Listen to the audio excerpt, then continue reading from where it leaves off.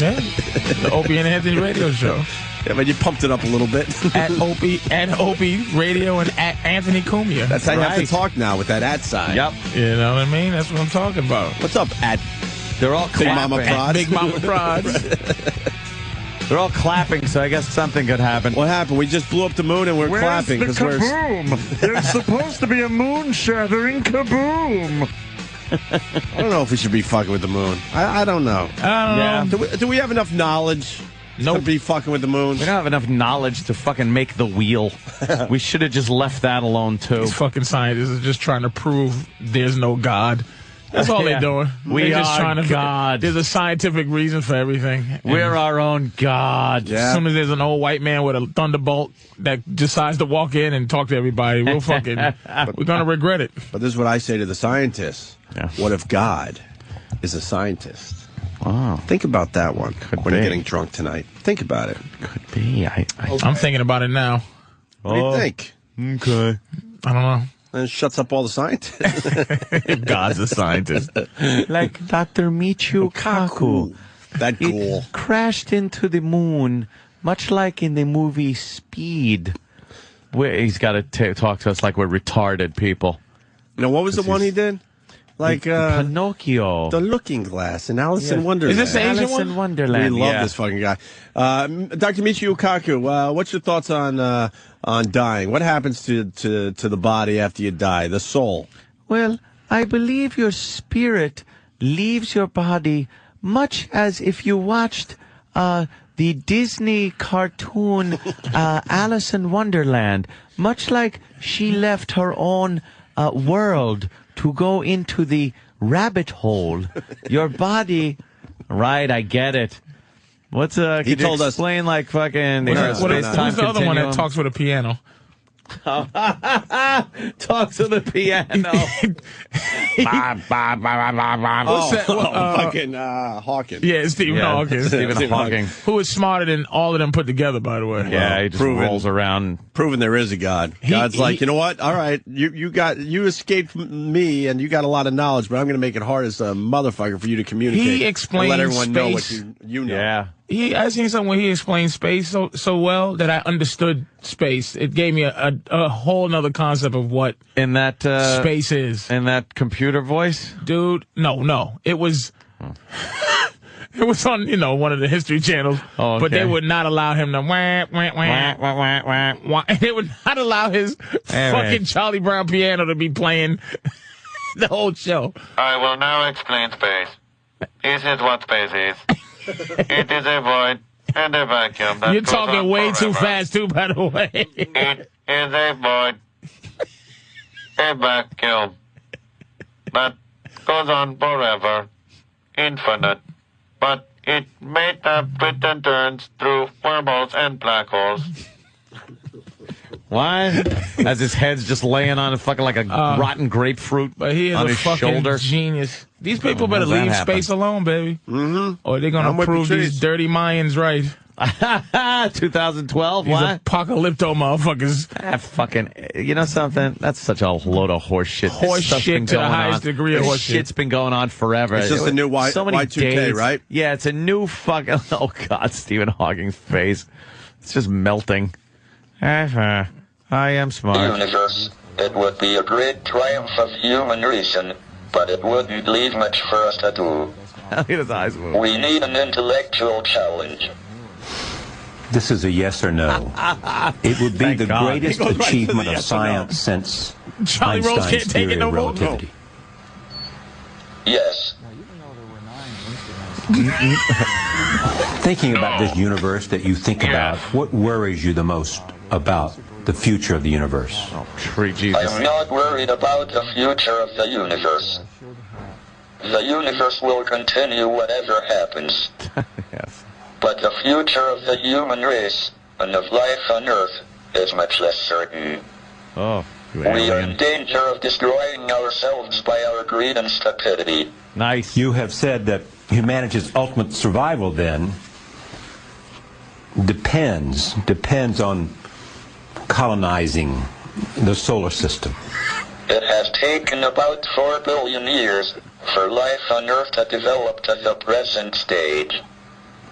During that period, the main threat has been from collisions with comets every few million years. But now the man-made dangers to our survival are much greater and ever increasing. Is he dead? If we remain confined to planet Earth, sooner or later we will destroy ourselves. Here's the next question you should ask. Yeah. Who's the next smartest guy than you, sir? Yeah. And he names his name, and I go, I'm going to interview that motherfucker if he's not in a wheelchair and speaking with a fucking accordion. I don't want to talk to you. But this is on YouTube. The guy is not even moving at all. No. So how is he answering that? How the fuck is he doing that? Is that some editing where Charlie He's Rose fucking asks a genius. question and then they wait an hour for him to, like, blink out his answer? What does he use to actually fucking make it? His fingers. His fingers his ain't trumpet. moving. Yes, it is moving. No, he's got one eyelid that works. That's about it. And at that's this point. it's connected to his fucking voice box. That nigga, he invented the universe, man. He You think he invented the can? That's universe. God talking through him. You know what? He's bitching about like how mankind is going to do this and that and destroy itself. If it wasn't for fucking mankind's technology, you'd be like burnt at the stake for being some kind of fucking useless. He didn't say that. Doesn't mean. Why are you going after Stephen But why do you Hawking? have to be appreciative? Oh, wait a minute. She's in a little skirt. I might have to call that back. What's going on? Oh, nothing. Oh, good for you. Yeah, no, Good for you. Ship sailed. Just stop it. I heard a little bit of that. Very You're funny. tired of beating your balls to death at of the memories. You're tired of it smashing. You're saying he needs a new memory? Yeah. I was just looking. I going told like, you I was over there. It's very lonely after a while. Sometimes you just that big You can only beautiful party place, so much, right? and then you just want a bitch around that's just into like- you. Just looking like, like the hair isn't like fakey blondie thing. The little short skirt today. Just saying. Yeah, she's Too bad. she's quietly listening to you from before, Yeah. and she's saying, Anthony, She's putting out I think signs you're right. to you. Oh, you think it's signals? Oh, yeah. Is You guys are the TV communicating. talking to me? Oh, yeah. Should I put foil on my head? You getting that little thing where you go, ooh, where you thought of a good night and just went, ooh. And you're trying to recreate it with one of these fucking retarded little girls Retarded. who jerks you off with two fingers as she closes one eye and looks to the side. She's jerking you off how Stephen Hawkins looks. She's like, I'm jerking you off. Are you almost there yet? Do you need a hand up? Oh, my God. When will you come? Please clean up. When you had a nice little trooper that probably just took it all as you gave it. Nah. Look at him. Look at him. Look at him. I'm just She's looking. pining away a going, little bit. Look at no, him. no, little no, bit. there's no pining. I'm just looking, Little going bit. like, it looks better than before. Yeah, but she It don't. looks better. She looks exactly the same. No, I think the hair looks better. He's just missing what it was. Nope, I'll give compliments where compliments are due. The hair looks better natural, like that. Mm-hmm. And the short skirt thing there on today's outfit wasn't too bad. Not too That's all shabby. you're saying, Looking pretty right? good. But to be honest, That's all. it never was too Nothing bad. further. Before, listen to what you're saying no, now. I'm not saying, You're saying it look. Hey, she's looking pretty. But imagine saying. before you got a piece of that, you was like, ooh, it was certain person's name television. Oh, of course. Ooh ah. Yeah. Now you're looking like, wow. And then you kind of just go, And you have what they have, reference points. You have a reference point. You have a jerk file that you can go through. Nothing wrong with a jerk file. Oh, the jerk file. I go back to some lonely 96. I have a Do jerk ya? file. I You have a jerk file back to 96. Man. How That's far good. you go back? You really to 96? 96. Let me think about this. 96. I have a jerk file, man. If No, I got some 80s. you got a jerk file from the 80s? I got a few 80s. Wow, let me think. Absolutely. Jesus. I got some fucking- 80s in my jerk file. What did she do? Suck your asshole? Who the fuck has a jerk file from the fucking 80s? Oh, yeah, I got 80s. Is that her right there? Huh? No. No. That's a flat so. What's wrong with you, Patrice? no. What, you're trying to say all white girls look alike? A lot of How times. dare you? A lot of How times. dare you as a You black know what man white say that? white girls have physically that bothers me? They all have this Jobs? not sure. That doesn't bother me. Okay.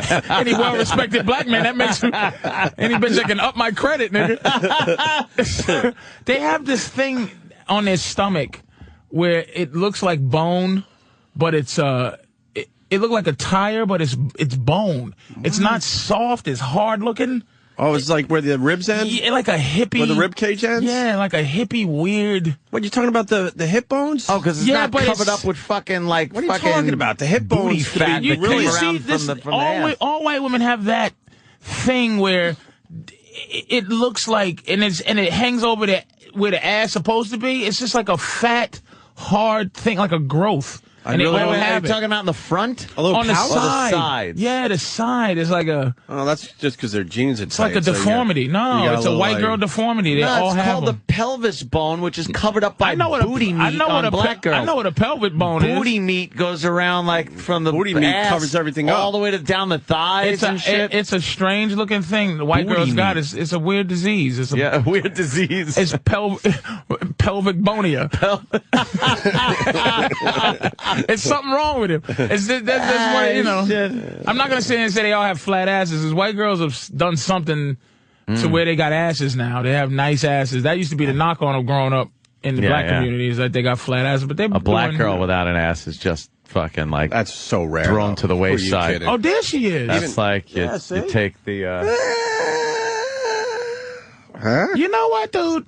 She looks a lot different. I just think it's better with the darker hair. And she's talking to Mark Dumb DeCostas. Look at that motherfucker. Who's that one? Who's the other girl? And now she's been upgraded to talking. Oh, yeah. No, she's the star of Channel 11. She's been upgraded to talking. Yeah, they're trying to get the ratings up, I think. They got a little short skirt on her and shit. Do you miss that? What's going on? No, it's not a miss thing. Do you miss it It's sliding just- in? It's just, no, it's not a miss thing at all. No, you don't miss it at all. No, because like the way things ended is too. It's just too like weird. Nuclear explosion. Yeah, okay. It was nuclear. So when you think explosion. back and you get that little ooh feeling, No, I don't think back. I can't remember any of the ooh feeling because the ending was so, it's like Hiroshima. so the sex wasn't like, Hiroshima memorable? doesn't remember anything else about World War II Except for Hiroshima. the bomb going That's off. very fair. That's an understandable point. So the sex wasn't like, damn. No, Oh, come on. It had to be good, man. yeah. That's what I'm saying. Well, yeah. So what was the big thing you missed that you can't get from these teenagers? Nah, there's nothing I can't get with a roofie. Fucking. No, A roofie and a gun closet. Everybody's accommodating. A Everybody's roofie and a been gun to your head. very Yeah. accommodating and You know nice. what this is? This is called the Desert Eagle, sweetie. Hey, you know- Watch what this does to a model of your head made out of a cantaloupe. Yeah, check out my video. Now, do we understand each other? Do you understand without me having to say anything? Wait a minute. And this is when he has her hemmed up and she's like, the cops come and she's like, phew, I feel better now. And the cops come to the door and go, hey, Aunt, how are you? Hey, Kidnapped another one? Oh, Jesus. And you got your Henry Lee Lucas t-shirt on as your fucking, as you show her the Desert Eagle bullet. You don't even use the fucking gun. You just shove have the round. a peach and you shove the bullet right into the peach. You just and you go, gotta- look yeah. at what it does. It Just goes gotta right shove through it that around. seed. Exactly. She's just like, Uh-oh. Hey, were you in Albany recently? yes. Fucking people saying you killed up there. Just want to Dude, make sure you get your. I'm your a professional. compliments out Thank there. you, Albany. It was a blow to the ego. Why? And nobody really showed up in Albany. Dude, it was a rough one. People don't have money right now. Don't get mad at me. I'm just saying it was a rough. I'm trying to help you out. I'm not saying that fuck them. I enjoyed the people that were there. I don't think it has anything to do with you, is what I'm saying. I'm People saying are cutting back right now. I was in Saratoga. That's supposed to be really nice. Saratoga and Albany. Please. Were you up there for the horse racing? No, August wasn't the is season. horse racing month, right? Wasn't the season yet. I think it was off. The season was off. Okay. But I got to drink Saratoga Springs water. How is that? It's Horse water. shit. Fucking a bunch of horse shit. It's all horse That's evil. What, they brag about their water up there? That's their big thing is water. And what do you the get horse from their racing, water that you don't get from New York City water? A conversation that no one cares about. They just discuss their water. Which is why I say life is for people say life ain't fair. Yeah. I go life is very fair. Yeah. We all have water to drink. We came in with water to drink. God gave us water, air, food. Yeah. But at some point, someone said, I'm going to sell water. And we bought in. if you How can't did we afford buy it, in? Africa, Thailand, Yeah. Go fuck yourself. People aren't fair. Life is very fair. People are terrible. Yep. To sell water. How did we buy into the water scam? Ronnie, I don't get it. As you drink out of a water bottle, by the way. Ronnie Bennington brought up a great point. He goes, who would have thought, like, 20 fucking years ago or so, that we'd be getting free long-distance phone calls and paying for water? That's amazing. Like, that's something you never would have thought would ever happen. Free long-distance calls, and you're paying for your water all the time. And the fear. How many people drink out of a fountain? Dude, when was the last time you fucking filled up a glass from your faucet? I did. I fucking don't buy bottled water. Let me tell you something. I told you my refrigerator broke, the water part, which I was so proud of. Like, when you grow up poor, there's some things you go... Every time I get a glass of water out my refrigerator, I just feel... I feel like I made it. When you push the glass, solid, though, you push the glass in there, and just a glass of water, and that ice thing works. I still fill up through the refrigerator. I fucking love the refrigerator. New York City has some of the best water in the delicious. country. It's fucking delicious. I'm talking out of the refrigerator is one thing. Out of the faucet, I'm talking about. Yeah. Where old school, you just take a glass. Yep. Really? Haven't done that in... I don't know how long. Why? Because you listen to people. I got bottled water all in my refrigerator. But why? Because you seem better than that to just listen to people tell you to drink water. Anthony, it's fucking convenient as hell to grab a bottle and I'm out the door. It's less convenient to turn your faucet on? Yeah, it's right. Are you fucking joking what am I me? gonna do? I leave in the morning for work. I like ice cold water for my drive into work. So what am I going to do? Fill up a glass and put it in my console? That's what you used to do. Yeah, I used to do a lot of things. Now you take this shitty water, which, by the way, the best bottled water are the ones, if you look closely, purified. Oh, just purified just water. Brita in a bottle. They just decided to bottle tap water that they but Dannon and Poland Springs sicken me. I don't care. You know what the thing is? Here's my deal. It's not even the water itself. Okay. If somebody filled up bottles from the tap and put them in the refrigerator, you drink that. I would think that was the best fucking thing. What? It's the convenience of the bottle. Why don't you just have a big cup with one of those coffee things with a little sip thing in there? No, it's gotta be a bottle. You put it on there. I can't throw those at fucking cabbies when they cut me off and then stop in traffic. You're adding to the destruction of the planet, Anthony. And wing that fucking bottle out the window. We gotta live. We gotta live. What about your niece? What's a bottle What gonna do? about the world for your niece? They'll figure something out. We did. You don't care. We figured shit out. You don't care about the people coming up. You ever see the last Die Hard? Yeah. The last one? The last new one. The new one. Yeah. Very good point that the kid goes, let somebody else do it. And he says, kid, you think there's somebody else? There's no one else. No. We got to do it. No, we don't. There's nobody else. Necessity gets things done. We don't have to do anything right now as far as the environment goes because I go outside. I'm not burning up. I'm not freezing cold. It's not 80 below when we go outside, and it's not fucking 120 degrees in the summer. But no, here it is. But you're making the weather out to be... See, here's what we do wrong. We give everything human traits. This is where we fuck up. We give the weather human traits. Like, hey, I'm outside. The weather, you can walk outside, and then the world can decide to eat you. Yeah. Soon as you walk outside. Exactly. Soon as you walk outside, there could be some type of weird hailstorm, and the hail will kill you. So we give everything these traits like, hey, it's just today or tomorrow. That shit can just happen this second. So you got to be aware of it this second. Let me give you a prime example of what I'm talking about. We live our lives on this planet as human beings, and we advance, we use our technology, we do this. Sometimes it fucks shit up, and then then the next generation can fix it. We're very adaptable human beings. So then they fix shit. Here's a prime example. Where are all cell phones at right now? Where the fuck are all those things? Exactly. They're in people's drawers. He don't give a fuck. You know where they're at? They're in China, drawers. and they got some children out in a there, big dump, and they're picking out what's good for those phones, and the rest are just in a hole in China. Oh well, why China? Who else does anything? China. We can't bury him here in America. You're not going to let me make my fucking point. Oh, go ahead. Sorry. You're not going to let me make my point on a prime example of what happened in the past that proves my fucking point. Okay, go ahead. We farmed the Midwest to the point where we completely obliterated the topsoil. Okay. It was called the Dust Bowl. Okay. The entire middle of the fucking country turned into dust. Okay. And the wind blew and people fucking were dying. They left the Midwest. We could not farm the Midwest anymore. Do you think the people that did that fixed it? No. Over time, people realized, you know what we got to do? Crop rotation, proper irrigation. We have to do, and people figured out how to farm the Midwest without fucking it up. No, they didn't. Yes, they did. They invented a company called Monsanto. Monsanto. Yes. That create what they call genetic modified shit. They've done that too, but they had to learn how to rotate crops and irrigate and bring water from other areas. They fixed the problem. They didn't fix it. They took one thing. You look at the fucking fly over the Midwest. You look down. What do you see? Farms. You ever see round farms? I'm sure you've seen The Matrix. Of course. I love The Matrix. The fucking, what is the guy's name? Agent Smith.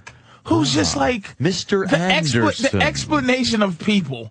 The explanation of what we are. We go someplace and we multiply. You even help your landlady take out her garbage. We're the worst.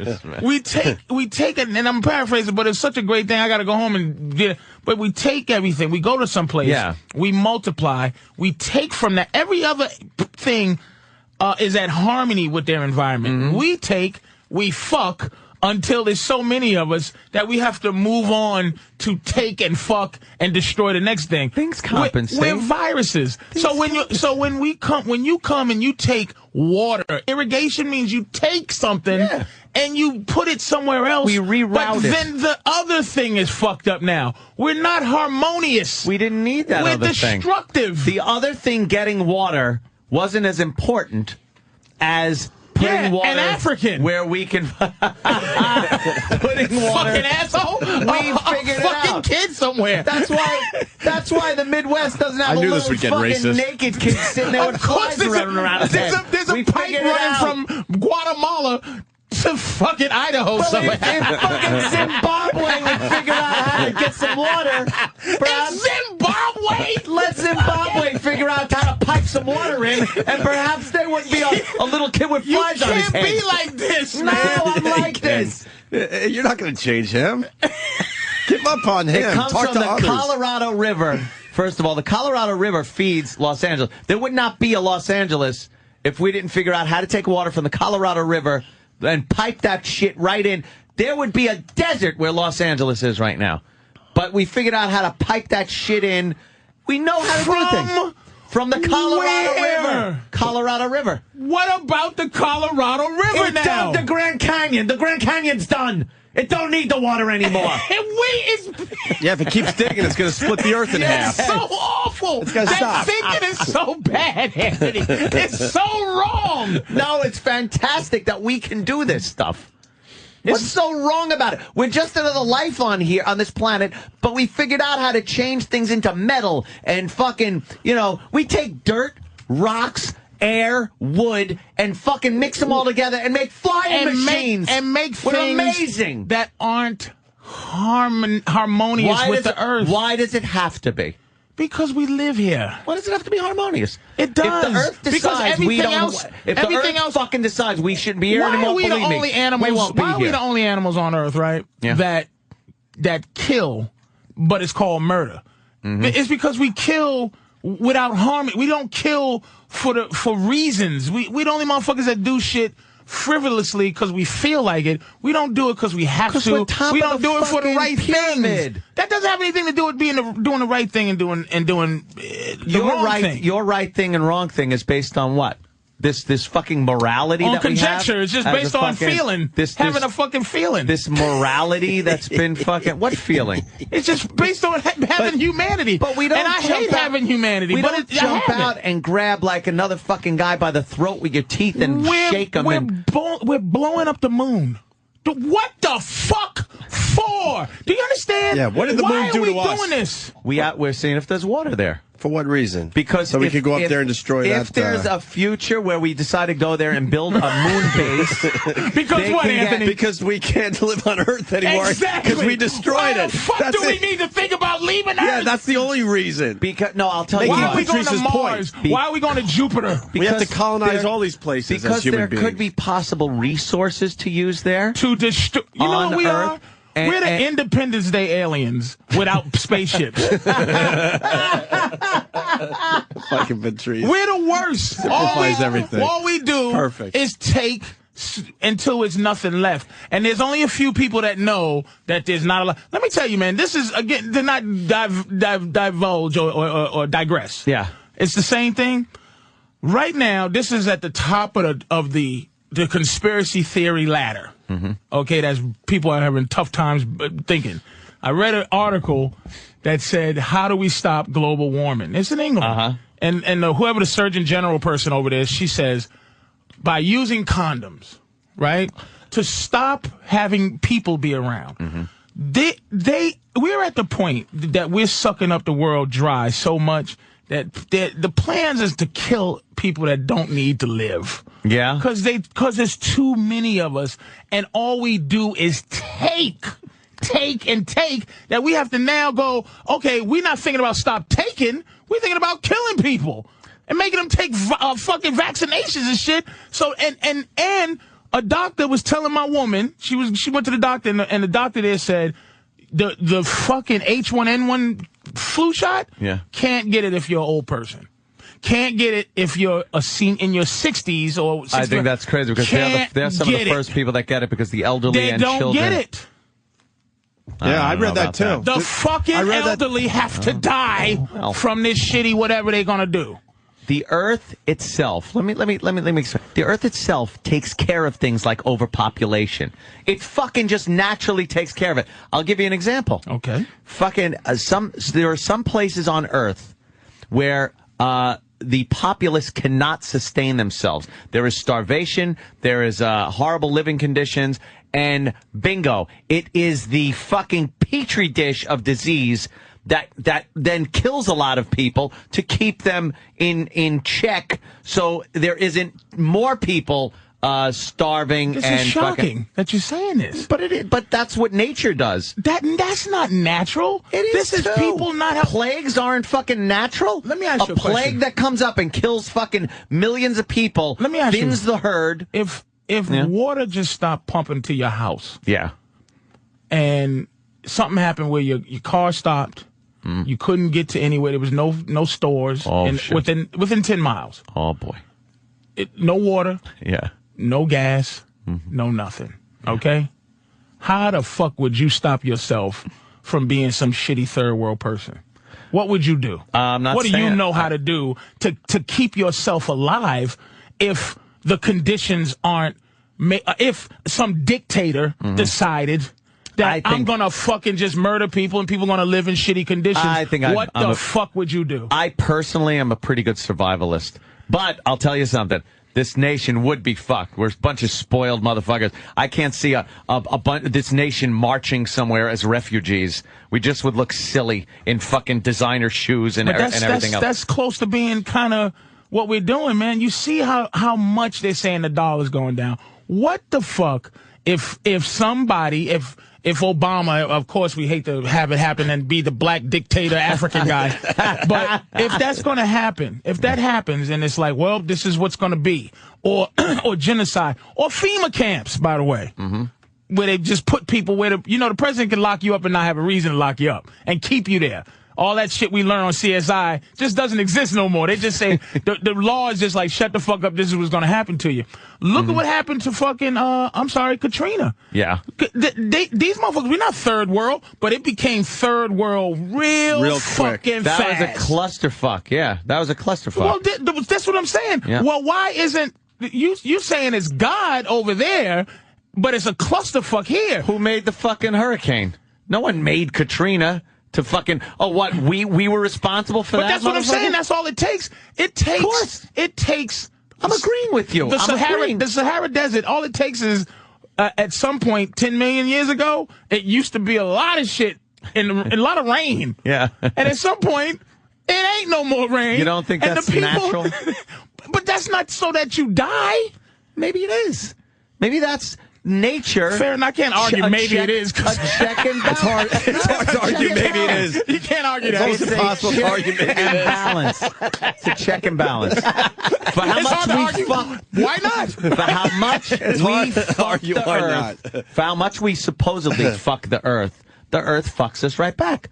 With volcanoes, tsunamis, earthquakes, tornadoes, thunder and lightning, fucking hurricanes, floods. We're constantly, hundreds of millions of people are getting killed by this planet. The planet kills people. The planet kills. But is that selective? No, it's random. It's just random. It's random, but random shit. But it keeps things in check. It keeps, the population. We'll fucking tsunami 250,000 people off the face of the earth over here in Southeast Asia. Fuck it. But what kills me is why can't we? There's enough. This is what gets me. Mm-hmm. There's enough for everybody. There's enough shit for everybody to have a goddamn home. No. There's enough shit for everybody to have a goddamn hamburger. You're thinking there's just America. Enough. You're thinking too American. In the world. There's just enough shit. There are places in this earth, and I'm talking about... name a place where someone hasn't been living for 50 million years or whatever. I'm talking a place like Sub-Saharan Africa. People live there. Sub-Saharan Africa is an awful place. But people live there. They don't live there. They fucking exist there. But living is inventing. In a big house. No, I'm talking fucking tribal shit that's still going on. People hacking each other apart with machetes. Why is that still happening? In this year, in this fucking day and age. That's why I always that point is something I thought about too, which is like black people always trying to like kind of find Africa, and I go, Africa gave us the worst things about us. Horrible. Black on black crime is from Africa. It's horrible. It's like the idea that I would chop another nigga up with a machete came right from Africa, man. Absolutely. It's just a horrid place. I can't understand. I really hate to agree with a white guy. Africa stinks. I mean, not interested in Africa at all. But still the humanity of it, though. There's children. There's a lot of humanity that we lack.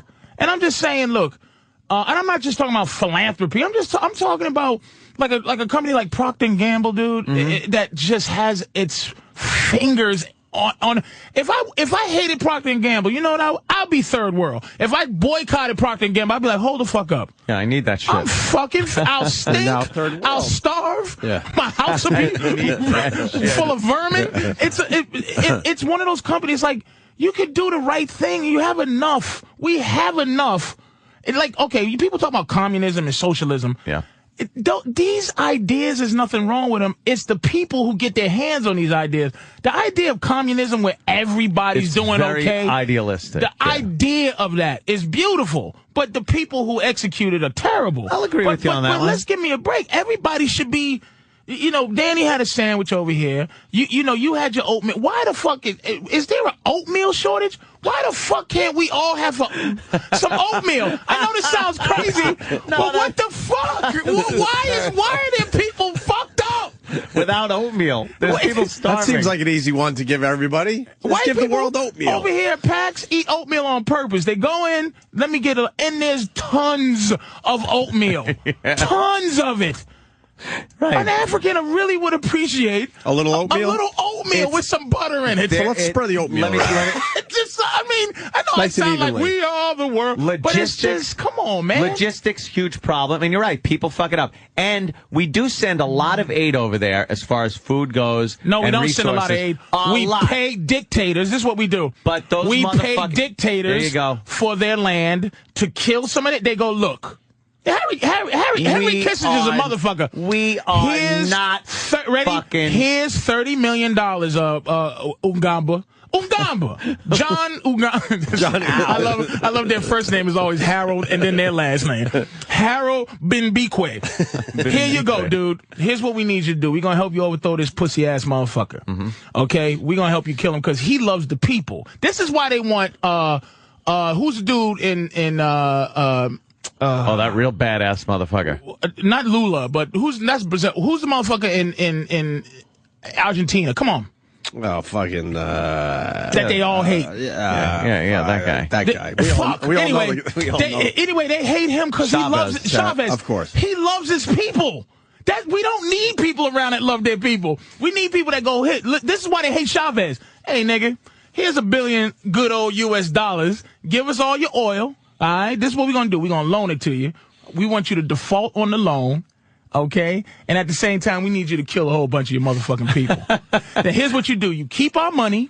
The loan default, we own your land now. We get your resources. And you kill a bunch of your goofy-ass people for me. How's that sound? And these goofy motherfuckers in Africa, yes. Chavez is like, no. That's why they hate that motherfucker. You don't never hear him hating motherfuckers who kill. Idi Amin never had. They did a movie about him. He was wonderful. Forrest Whitaker was wonderful. That nigga killed 400,000 people, chopped them up because he makes deals. Yes, they make deals, and I'm saying at the end of the day, these motherfuckers go in and they don't give aid. They're not saying help your people. They're saying, Mr. Dictator, do this for us. You get this money, and when shit go down, we're going to give you a nice jet plane over to a nice third world tropical country that's really not third world. That's what we do. We're not helping the fucking planet. No, look, what about the countries that don't even have a set-up government, that have been in civil war with each other in Africa for years? You're talking fucking civil war. Zimbabwe is a good example. Fucking the Congo, whatever it's called now. They have leaders? No, they're warlords. Yes, dictators. They're warlords. Horrible motherfuckers. And they're not even defined borders anymore. They're territories, and the people are fucking starving and dying. And whenever we bring aid in, it's taken by the warlords and then sold on their black market. When we bring aid, this is what I'm saying. When the American government, our soldiers, I mean European, anybody in a developed country, soldiers come in and give these people food. Motherfuckers just go, we drop it off at FedEx. Yeah. Take care of the food, enjoy, and they know a warlord's coming to take the food. Oh, it's horse shit. Well, sorry, wait. We tried in one country to actually make sure the food gets to the people, sent troops over there to make sure that the warlords didn't take the food. It was called fucking Somalia. That's the only reason we were there. We weren't there to fucking do anything but help the people get their fucking food from the warlords and get that warlord out of there to fucking so the people would actually get food. We got fucked so bad, we turned tail and ran our asses out of there. So why don't we? If Somalia's still a fucking mess. And now you just made something that makes a lot of sense to me. Why don't we? And this goes to what we're doing now. Mm-hmm. This is what I mean. All the shit we do. That we're just being told, because really, me and you are having a conversation based on what we feel, not what we know. Yeah, that's true. And at the end of the day, it's a little bit of what we know. At the end of the day, Afghanistan, I don't know. We're there to try to protect the world from something. Yeah. But if you said we're there delivering food to the people, and we have 50,000 troops over there in Somalia delivering food to people, and we're fighting warlords so that we can feed the people, that's a hell of a reason to fight a war. But we don't fight wars over that. I don't know why we're in Afghanistan, and I still don't know why Iraq. Yeah. What the fuck is that now? Iraq is that's what I'm saying. Something completely different. So this is what I mean. This is something. Something's fucked up. But Clinton did send troops to Somalia so that they could feed the people. That's what they were there for. Black Hawk Down niggas. That was 6 the fucking motherfuckers thing. With knives. You got more rockets. Exactly. That's the fucking thing. It's always underpowered because he didn't want it to look like we were doing this overwhelming display of force.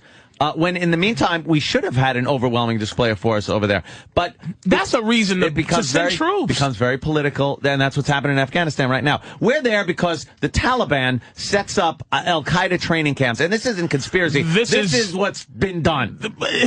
They set up Al-Qaeda training camps. No, this is what happened. When we went in there and killed off the Taliban right after 9/11. And then they were in charge of the motherfucker. What are they, the Boy Scouts? They just came back together? Yeah. When did the Taliban, with us there, get more powerful than when we weren't there? I don't want to say why. I don't want to say why, but I might say there's a weaker fucking president in the White House right now. Shit. There's a weaker president. I might say that interrogation tactics have been taken and I'm taking the rest of the morning off. And the CIA and FBI now have to worry if they're going to be convicted if they smack a guy around to get some information out of him. What? No. Oh, like that doesn't have some effect on how a war is fucking fought. Yeah. When Obama's got to sit and accept his Nobel Peace Prize while a commander is sitting there going, I need more fucking guys. And he goes, I'm thinking about it. Don't think about it. Give your commander what he needs to fight a fucking war. What are they fighting? The Taliban. They're fighting that whether this... Look, I'm not saying this is good, bad, and different. I don't know whether this will work, whether it's good or not. Right. But if you're going to commit to a war, commit to a war. If you're not, get the fuck out. Right. One or the other. If your commander is telling you, you want me to fight this war? I need this. You give him this. He knows better than you do. But it's hard to fight a war when you're fighting a concept. See, that's what we're not fighting a people. This is what I'm saying. The Taliban is not a fucking force. Terrorism is like saying we're going to fight ugly. They were the I'm government. going to fight fat. They were pretty much the government of Afghanistan, the Taliban. Right. They ran fucking shit there. There were Right. beheadings in the soccer stadiums, all that And shit. they used to go, hey, and they used to be dealt with as the government. Right. Now Yeah. they're dealt with as an army force. Right. That aren't this is what I'm saying. You need more soldiers to do what? But we you know what it is? We don't have an answer for that, which is fucked up. There isn't an answer to... But we all have right, a solution for something that we don't even have a question to that don't have an answer, but we have the solution, more motherfuckers. I'll agree with you. No, if you're going to fight something, you need more motherfuckers or you need to get out. And why can't, here's the thing, and again, I'm politically, man, I'm not going, Obama's the greatest, and he's a president. He's the GM of this country. Right. It's not going to change. The next motherfucker, whoever that is, I think it's going to be the young, Young Republican? that young white boy. He's the only, what is his name? The preacher. Come on, man. Oh, Come on. Good looking guy, preacher from Republican? Houston. I'm They're trying to lost. get. Oh, come on, man. We'll get it in a second. Damn. Anyway, I'm lost. So he'll take Obama's place, but it's not like this is Obamaville that we live in. This is what kills me. This is not Obama town. It's not like after he's finished, the next guy's going to have to repaint the United States back to the color it was. But he's running this shitty country, and he's doing. I don't know what the fuck he's doing, but he's doing what presidents do. It's not like after Bush, and I'm not even blaming Bush because it's like, well, Bush did this. Bush did what presidents do. But he fucked up severe too with Iraq. Complete fuck up. That Iraq debacle. But complete fuck Iraq, up. there was no debacle. It was a debacle. bunch of shitty It was a bunch of motherfuckers bullshit. who wanted to rob people. They went in they needed a reason to go into Iraq, and they went there. And not to go that far back, but the Obama thing, why wouldn't it be smart to have a president, right? And this is what they need him for, by the way. A president that's not an old white man. Okay. Now, if you send me the third, if me and you, all of us are going discussing things like, hey, you know what? We need to start going to make friends with some of these motherfucking brown people. Okay. Joel Osteen is his name, by the way. That's the next president. That's the motherfucker that's going. Osteen. Joel Osteen. Watch. Interesting. Okay. So if we've had bad relationships and we're trying to change this idea because the world is becoming the world. It used to be the United States of America, very inclusive, very xenophobic. Yeah. Fuck the rest of the planet. Now everything's outsourced. We got to deal with a billion Indians, a billion Africans, a billion Spanish. We got to deal with that. We also flew in and saved the shit out of a lot of situations back in the day. Yeah, we did. Yeah. But at the end of the day, I don't know if it was righteous, but at the end of the day, look, if we're going to make apologies to countries that have other than white people in it, we have to have an other than white guy going around making these apologies. Well, he certainly has. This is a government plan. Obama can't do shit.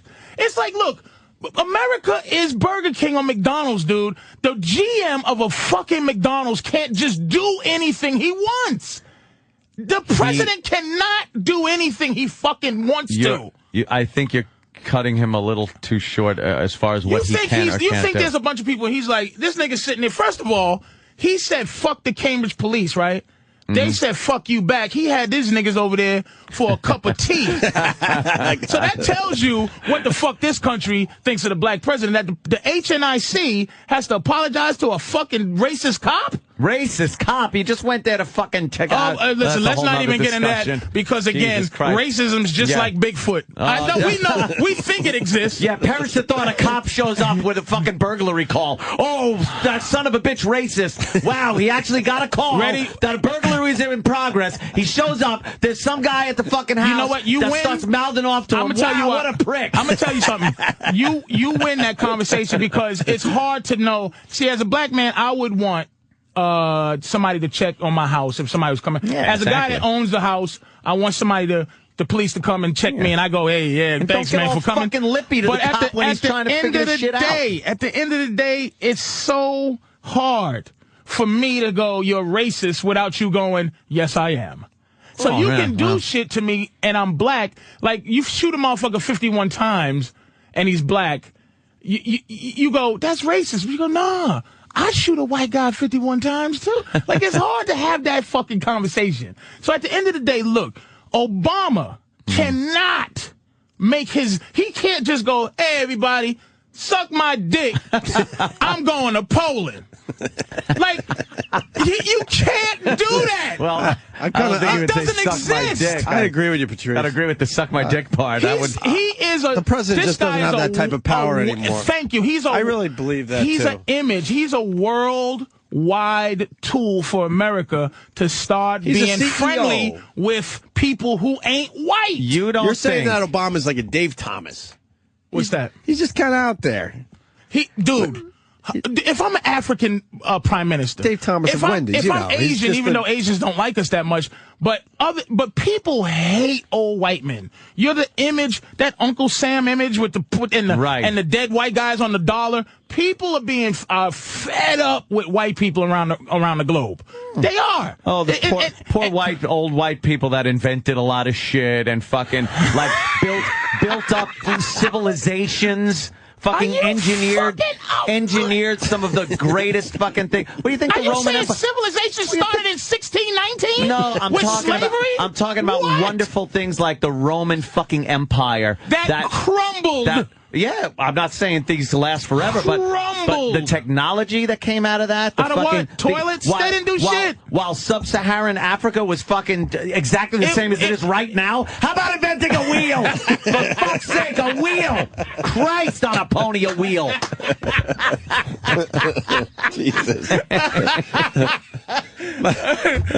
Fuck. Yeah, I do bringing aqueducts. They were bringing fucking water 1,000 miles so they could have running fucking baths and fuck each other in the ass. I'm just sweating. Vomitoriums. I'm sweating because it's actually hot in here. It is? Okay. But the Dave Thomas thing was hammering your point home. Like, Dave Thomas was the face of Wendy's, but did he do anything actually? But that's what I'm saying. Obama's the face. Obama can meet the face of America, but does he do a lot of stuff, or is there a lot of other people behind the scenes doing a lot of this? This is what fucks me up about the news and this and that. Why the fuck don't they go? Why don't they just go? It's the government. Like, why would Obama, as a name, get so much pressure? Administration. Fair enough. He appoints but we should have an understanding that it has nothing to. He appointed. Let me tell you who's in his office. It's Clinton's office. No. It's Clinton's. His fucking attorney general. And it's Rahm Emanuel. And these fucking people, Anthony, at the end of the day, you know that the government has nothing to do with Obama. It's the same shit. But let me tell you something. I believe one of the biggest things he did was his appointment of the attorney general, who, by the way, is very radical. Right. Very left wing, and can absolutely affect this country internally as far as our laws go. So, a radical left wing person, what would be their agenda? Like, would you be afraid of what a radical left winger would do? Personally, my Second Amendment right, I really take away the guns. Yeah, I don't like that whole thing. I've changed my views on a lot of that shit. Getting a little loose on crime. getting a little loose on crime. When you have an attorney general in there that's a little tougher on crime, maybe we're not as apt to have criminals back out on the streets so quickly. I mean, let's be honest. Plexico Burress is going to jail for 2.5 years. Anyone would have, for by the way. shooting his leg. It was and the fact terrible. that anyone would. You're right. I don't should agree be with changed. that. I don't agree with that at all. That's all. Some of these things. Look, everybody who commits a crime shouldn't go to jail. No, I agree. I mean, that, you know what I mean? Weed, shit like that, just stop. Yeah, Shouldn't be. sending Just motherfuckers to jail for years for that stop shit. it. Stop Underage it. sex, stop. No, yeah, please. Or at least lower the age. Yeah, what the fuck? Come on. Look, Girls are maturing earlier these days. We should take a break. We got to take a break because we got to get into the Australian TV show thing, man. Oh, wow. Well, this is absolutely... Yeah, I mean, Patrice picked a great day to come in. You had a bunch of guys trying to do a little Jackson 5 bit on Australian TV, and there's a lot of outrage. Have you seen the video yet? What's Australia's fucking up? No. Australia Is it another oh no? Well, we've heard that Australia is very racist. You heard? Yeah. Shit. And they Jim totally Jeffries. are. Jim Jeffries told us, right? Jim Jeffries was I know. They're very racist. And Harry Connick Jr. is involved. It's a good little story. Oh, could be the story of the day, Patrice. Okay. Harry Connick Jr. First of all, well, we'll get into it, but yeah, I got my absolutely. opinion on poor Harry Connick Jr. Wasn't he in Independence Day? Why is he a judge on an Australian Gong show? Motherfucker. Marcel from Rhode Island. Opie, after all this political talk, you compare Obama to Dave Thomas. He goes, and Marcel goes, I can't wait to see you on Fox News. I was just going with the CEO concept that Patrice started. So I was just trying to give an example of what Patrice was getting You at. know how funny that is? The That funny is part funny, is man. me and you are like, socialism, suck a dick. And Opie goes, it's kind of like Dave Thomas. Oh, my God. Oh, no. I know. No, just that you got these CEO guys like fucking Jim Cook. He doesn't make beer anymore. Yeah, but he's the face of Sam Adams. That's all I was trying to get at. He's the niggas bottling James guy. Right, there you go. He's the nigga bottles of James just sitting on the porch. Holy shit. And someone else saying Dave Thomas did run Wendy's and created it. Yes, I understand that. But later in his life, he just sat back and let everyone else do everything. Yeah. That's what I'm getting at. Yeah. But when We get the context. Thank you. I don't know if it was a good one, but I was I mean, we trying. get the context. You're allowed to have a mistake during context. Oh, really? All the time. I guess you don't listen to this show. All the time. No mistake goes. Yeah, we're not allowed to have. We're not allowed to have one mistake. I know. He's sort of like. I was just trying to get in there. Jesus. The bottles of James. Remember those fuckers? Oh my God. Trying to say that the president's on the porch? Oh, here we go. That's not what I meant. I know. Oh, shit. Oh, shit, man. All right. Yeah, let's take a little breather and then we'll. Yeah, you know what? Norton was on Leno. We haven't even discussed it. He Ooh. fucking killed last night. Yeah. Gave us great exposure. Big Opie and Anthony sticker on his set. Yeah, it's great. A wow sticker, a picture of Stalker Patty. He did everything right for the show. Fucking Jim Norton rules.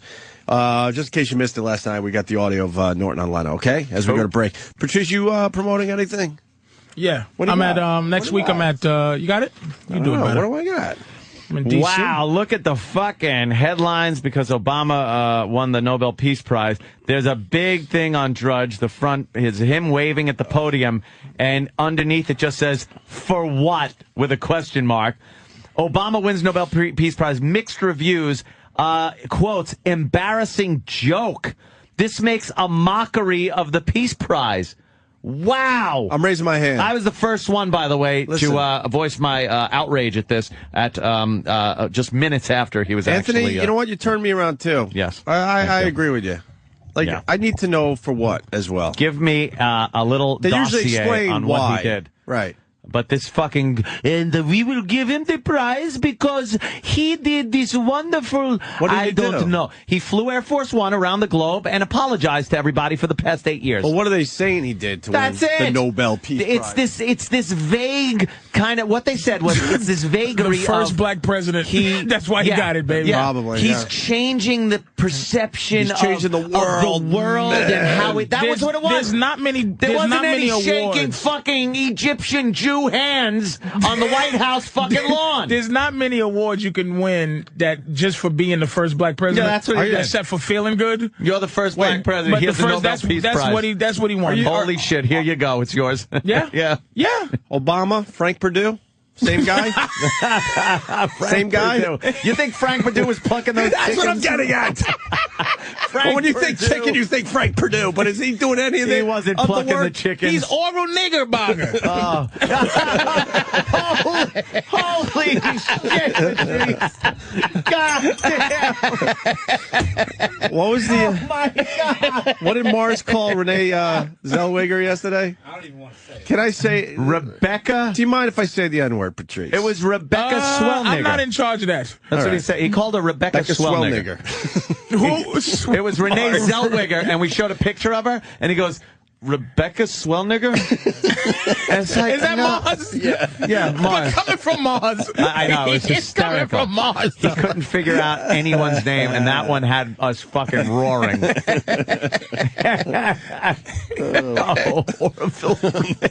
it. You asshole. Fucking A. All right, here's the deal. Patrice, God damn it, DC, go see Patrice. DC Oh, Improv. hell yeah. Someone was on the phone saying that some dude tried to kill himself at the DC Improv last week. What? Maybe that guy could call back after the break. I don't know if it was a comic, somebody in the audience, but they had a big incident. Was Voss playing supposedly, I don't know. Yeah. Can you find out what happened? Well, the guy couldn't wait around. We went political for an hour. I got a nice nap. Jesus, I got a nice nap in. Patrice, DC Improv, the 16th? Okay, so next weekend. Mm-hmm. Next Friday, Saturday, and Sunday at the I hope DC people come Improv. out. I love fucking DC, man. And down I the love doing comedy road, there. Bananas in Poughkeepsie. Yeah, the following week. Big Mama Prods on Twitter. Yes, sir. Here's Jim Norton on Leno last night. Michio Kaku is on our phone lines, the great physicist Yes. who talks to us like we're children. Well, but you know something, we really are. I mean, if we're going to blow up the moon, we got to get an expert on our show. We haven't blown up the moon. See, this is why he talks to us like children. Because he's saying we blew up the moon. Are we going to talk to him or not? Now there's a panic behind the scenes. We sent a spent booster rocket Yes. into the moon. Correct. To kick up a bunch of crap. Yes. So another probe following that booster rocket could take all kinds of readings and see if there's any water or frozen water crystals in the cloud, in the plume, and then send that info back to Earth before that thing crashed into it. Well, let's get him on the phone here. Michio.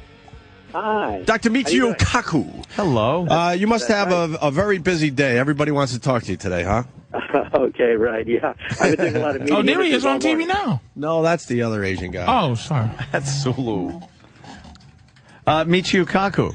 Yes, right Doctor. here. Yes, sir. Now, we were watching this this probe, and it seems to be a success. Well, the actual shot was kind of disappointing. We were all expecting a Hollywood-style money shot like Deep Impact or Armageddon. Yes. But in the next few hours, the spectrographic analysis will come in, and if they find evidence of water and ice, that's a game changer. That could change the entire space program if they find large quantities of ice on the South Pole. This doesn't mean that we'd have to take a lot of resources to the moon with us. Water can be used to make oxygen, to supply, obviously, water to rocket fuel, people. too. Rocket fuel. And rocket fuel, the hydrogen from the water, can be used as rocket fuel. Shut up. That's right. And also that's shielding crazy. from radiation. That's And you realize how expensive it is to bring water to the moon. A pound of anything on the Earth would cost $50,000 to put it on the moon. And imagine if it's a that's pound of coke. 5 times the cost of gold. Adds this to is the better price. than finding You should gold. get your money Better back. than finding gold. If there's ice on the moon, right? Because, gold is only $10,000 a pound, roughly, and it costs $50,000 to put a But pound you of already anything know on the there's moon. no ice and water on the moon, right? You already know that. Well, I think it's. Let's be honest, sir. You know that there's no ice and no water on the moon. You know that. It's a long shot. A comet from billions of years ago may have slammed into the South Pole where it's very cold and it's permanently covered by shadows of craters.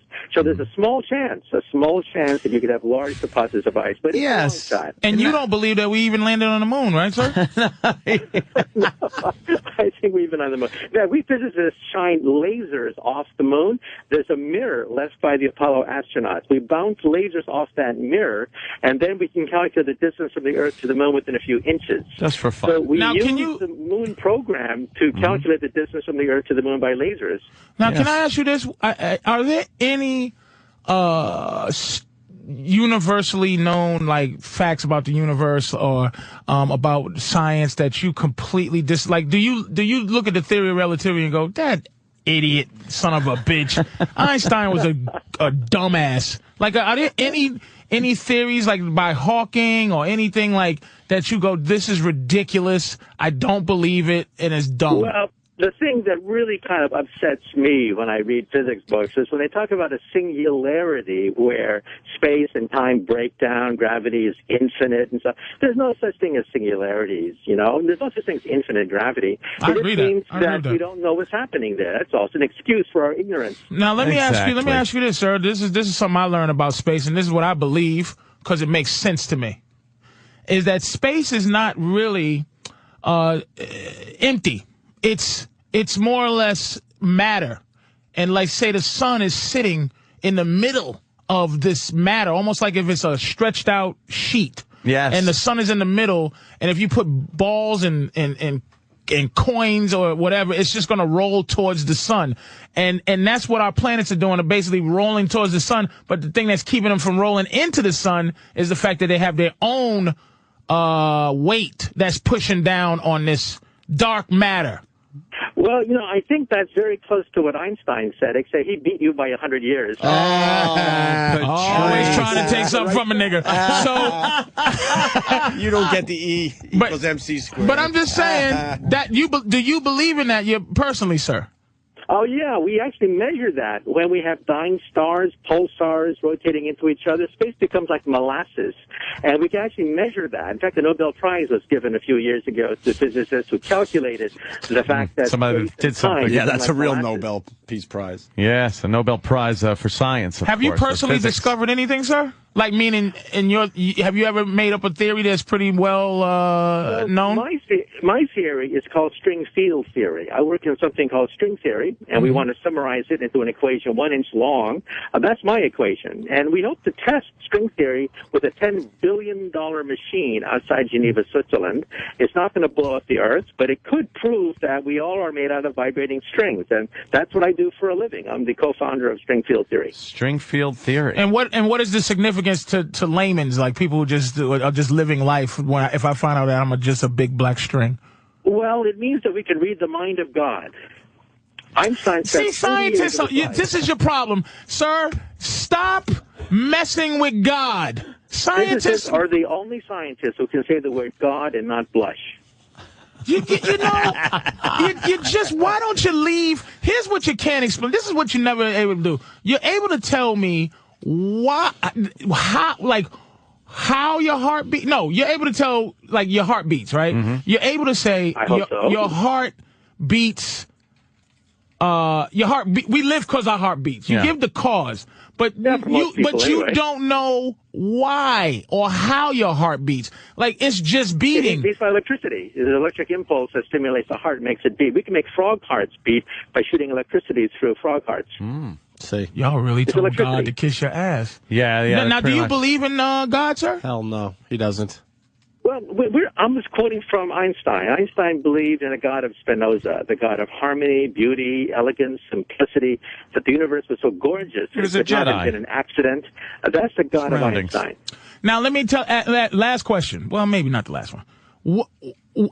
What is the most unexplainable thing? Like, to me, the idea of the beginning. There has to be a place where you have to kind of chalk it up to God, meaning that even physicists go, man, my mind is not able to conceptualize that this is not God? Like, is there anything that you go, man, this part is God? Well, we believe in what is called the multiverse, that our universe is a soap bubble of some sort that's expanding, but there are other soap bubbles out there. And we live in a bubble bath of universes, where big bangs happen when bubbles collide, bubbles fission in half. And we're going to prove it in the coming years with a new satellite that NASA is launching in about 5 to 8 years. And so we're going to prove that there was, in fact, something before the Big Bang, something before Genesis, before chapter 1, verse 1 of Genesis. And it was the multiverse, a multiverse of universes. That is interesting. Very interesting, Dr. Kaku. But here's the God part, is that the Big Bang, there was a something before the Big Bang. Yeah, that's what he's saying. That's right. There were probably Big Bangs happening all the time, even as we speak. But there was a beginning, Doctor, and that's God. See, he's saying the ultimate beginning, before the thing before the Big Bang. Before that, there had to be a greater power that got it all rolling. But who created the greater power? Exactly. Well, it just appeared? We don't know. We physicists only deal with what we can measure. See, and we're going that's to be measuring radiation from the pre-Big Bang universe. It's not his job. The new satellite to be launched in 5 to 8 years. Yeah, it's like asking a priest, what about string theory? He's going to be like, I don't know. Well, we think that string theory is the ultimate theory, the final theory. I like it. Eluded Einstein. My string theory is, you see a string, your sheets are getting dirty. But that's just me, Dr. Kako. I know you have to go. You only had 10 minutes. Anyway, read my book. It's called Physics of the Impossible. Have you ever swore? Physics of the Impossible. Wait, we got Danny wants in real fast. Danny? Well, speaking of Physics of the Impossible, Dr. Kaku, when is that show going to air on Discovery or History? December on the Science Channel. 12 episodes I'm hosting on teleportation, starships, warp drive, parallel universes, ray guns, Death Stars, planet busters, everything you've ever wanted to know about Star Trek explained in December on the Science Channel. We will raise our PsyQs. Yes. I will be watching it. Quick question, actually, for Dr. Kaku. Do you feel that if this the moon mission is successful, do you think that'll fuel any kind of speculation that maybe a probe to Europa might be sent out anytime within our lifetime? Well, I think it would give added impetus to a probe to Europa, a moon of Jupiter, which is covered with ice, but may have an ocean underneath the ice. And that ocean could be actually room temperature. And there could be, who knows, sea monsters maybe swimming underneath the ice cover of Europa. Wow. That's a game changer, too, because we once thought you had to be close to the sun. Because Europa is ice covered and far away from the sun. They just want to keep playing around. Because it does seem like the technology does, in fact, exist, for some kind of ice melting probe. I know that the surface ice on Europa is probably miles thick, but it does seem like we're getting close, if not already have the technology to burrow through it and kind of get to the liquid ocean under there. That's right. NASA has designed for a submarine to put into the ocean of Europa. Cool. It's just a matter of cost. These are very expensive probes. Again, they cost maybe $50,000 to $100,000 a pound to put them out there to Jupiter. But hey, that's nothing compared to the trillions being dumped into the economy right now. Do you believe there's other people out there? Yeah, I think maybe not in our solar system, but I think in outer space, there probably are people looking back at us, wondering whether or not there's any life on the Earth. We're alone. Probably no intelligent life on the Earth anyway. Yeah. And you think they're just the same thing as us, same societies and the whole thing, same structure, that they're just boom? Well, we physicists believe that there are type 1, type 2, type 3 civilizations out in space. Type 1 would be planetary. Type 2 is stellar, like Star Trek. Type 3 would be Star Wars and galactic civilizations. On that scale, we're type 0. We're not even a planetary civilization yet. So in outer space, there could be type 1, type 2, type 3 civilizations, perhaps 100,000 to 1 million years more advanced than us, in fact. Wow. Yeah, until they get rid of things like Maury and, with the stars, do you ever like that. The Opie and Anthony we can't show. advance. The Opie and Anthony show, exactly. Come on. Doctor, do you ever swear? Like, if you discover something like amazing, like, you guys go, holy fuck balls, E equals MC square up in this bitch. Yeah, that's what we do. We jump up and down and swear. I mean, when I discovered string field theory, I was just jumping up and down until like 5 o'clock in the morning, checking and rechecking all the equations to make sure that everything worked out right. And it worked. And it's one of the foundations of string theory now. Damn. Did you celebrate with a little, champagne? What did you do? Well, we don't get drunk. That's what we physicists. He calls Stephen. That's why they know what they know. They don't go and get drunk. He calls Stephen Hawking and said, "Take that, motherfucker! Yeah, I'll shove that in your piano, nigga." I got you on that one. I like how Dr. Michio Kaku described the whole moon thing we're doing today as a money shot. Yeah, you know what that term comes from, right, Dr. Michio? He knows. Kaku? From Hollywood, like in Deep Impact, the money shot was when Manhattan gets covered with water. It's a part of Hollywood. We didn't see that money shot this time. It's a very faint explosion on the moon. He still doesn't understand where money shot comes from. That's the porn industry, my friend. They use the term money shot. Do you laugh at things like Nostradamus and the end of the world theories, the 2012 things like that? Do you laugh at things like that? Well, when I was a kid, I used to read everything about the paranormal, Bigfoot and witches and demons and Nostradamus. And then I got disillusioned because then I began to realize that Nostradamus in the original is all metaphorical poetry. A dictator rises in the East, a nation rises in the West. What the hell does that mean? Nonsense, right? It's all nonsense. And so 2012, this 2012 thing means nothing. Yeah, so anyway, as a kid, I began to figure out that a lot of the stuff that amazes people today, if you really think about it, there's less than meets the eye, I think. I think science is more fantastic than any fiction. And so is in Transformers. Yeah. So the 2012 thing is all bullshit? I think so. If you look at the Mayan calendar, it's in cycles. One cycle ends in 2012, but another cycle begins. But I guess someone thought they could make a lot of money saying that the cycle ends in 2012. But instead, a new cycle begins. Yeah, and not bring up the new beginning one. Yeah. And do you notice every time there's a black president in a movie, it's the end of the world? Danny Glover is the president in this movie 2012. Can you believe that? Can you effing believe that, Doctor? Every Deep Impact, anytime there's a black president, it's the end of the world. What's the other one? Fifth Element. Fifth Element had it, yep. A big cross-eyed black president. Yeah, what's his name? And it's the end of the damn world. Right. Oh, man. That's amazing. I love this. I love outer space, man. Yeah. I love outer space. Go to a planetarium, then. I don't love it like that anymore. No? You take a girl on a date. Hey, do you have a girlfriend, dude? I have a wife. You have a wife? He's a married man. Oh my! That's so curious to see, like, how do you bore her, or is she also a physicist too? And I don't mean that you're boring, but I mean, your life is what you. I like to think you just married a waitress. Yeah. What you do is quite abstruse, Doctor. It's very difficult to understand this stuff. So. I mean, is your woman into it, too? Patrice is basically saying you must be a bore at a party. No, no, but, he got a wife, and is she into the thing, too? Into physics? Well, art and science are extremely close together. Mathematics is almost like poetry. And if you think about it, physicists are like artists, except instead of playing with paint, we play with equations. So it's very creative. It's very imaginative, and so you're saying you're a freak. Don't let the numbers fool you. Yeah.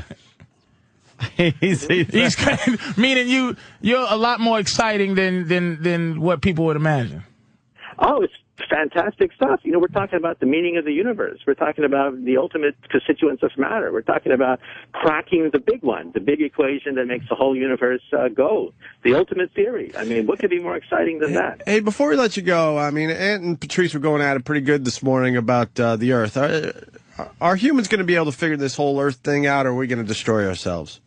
Well, I think it's a race against time. I think in 100 years' time, there's going to be two trends in the world. One trend is toward the creation of a planetary civilization.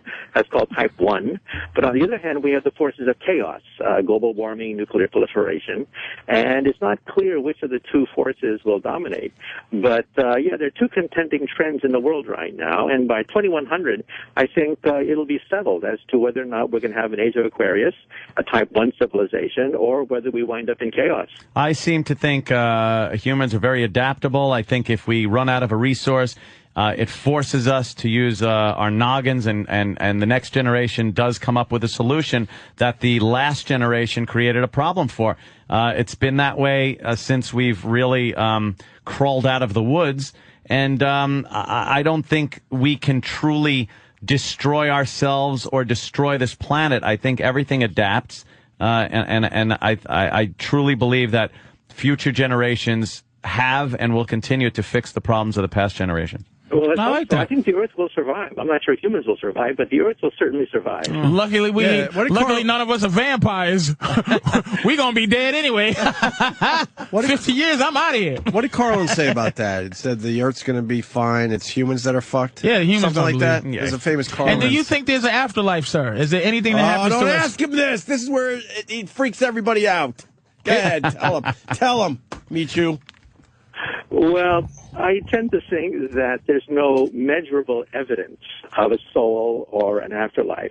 We scientists have looked for it. We've tried to weigh the soul of the body before and after death. We see no difference in the weight. We see no reproducible evidence. That doesn't mean it doesn't exist. It just means it's not reproducible, not testable, not measurable, not falsifiable. And he's a scientist, so he looks for that kind of proof thing. A spiritual thinking is something completely different. Do you have any unconventional, non-physicist belief? Do you believe in ghosts? Do you believe in anything that do scary movies scare? Do you believe in anything that's not scientific that you go, man, the rest of my colleagues would think I'm a fool? Are you superstitious at all? First of all, I love to see the movies. I have a great time watching magic shows and ghost shows. But my attitude is that I think we can reduce magic to physics.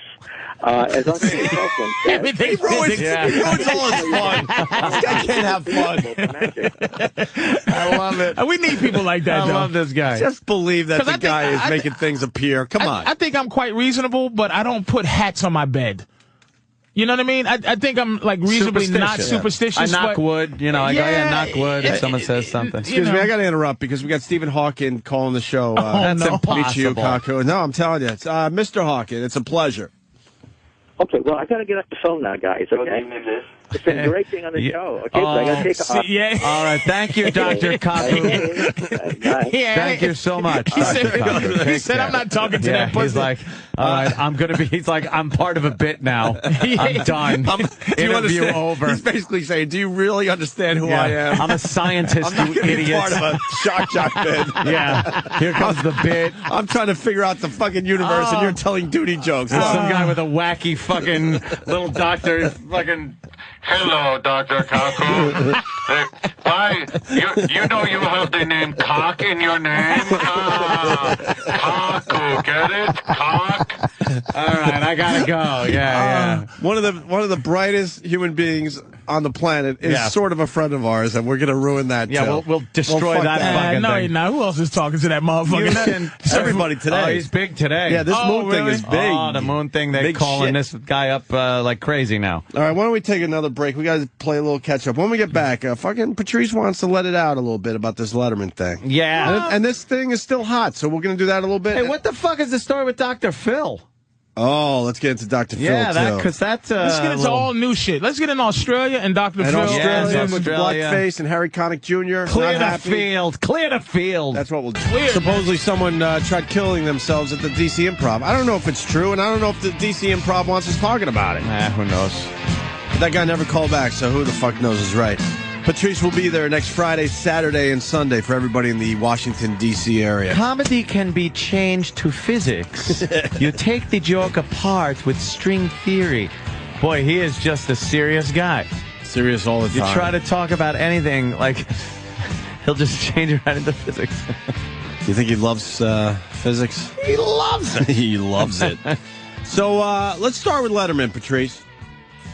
Now, I guess Letterman's wife's kind of pissed off is the latest news. Because she wanted a public apology. That's sort of what she was asking from David Letterman. And Letterman did do just that, but also turned it into a over-the-top, great, funny monologue. And now she has a real problem with that. Doesn't she understand that he had to do it that way? How else was he supposed to do it? My issue, I was talking to Steve today.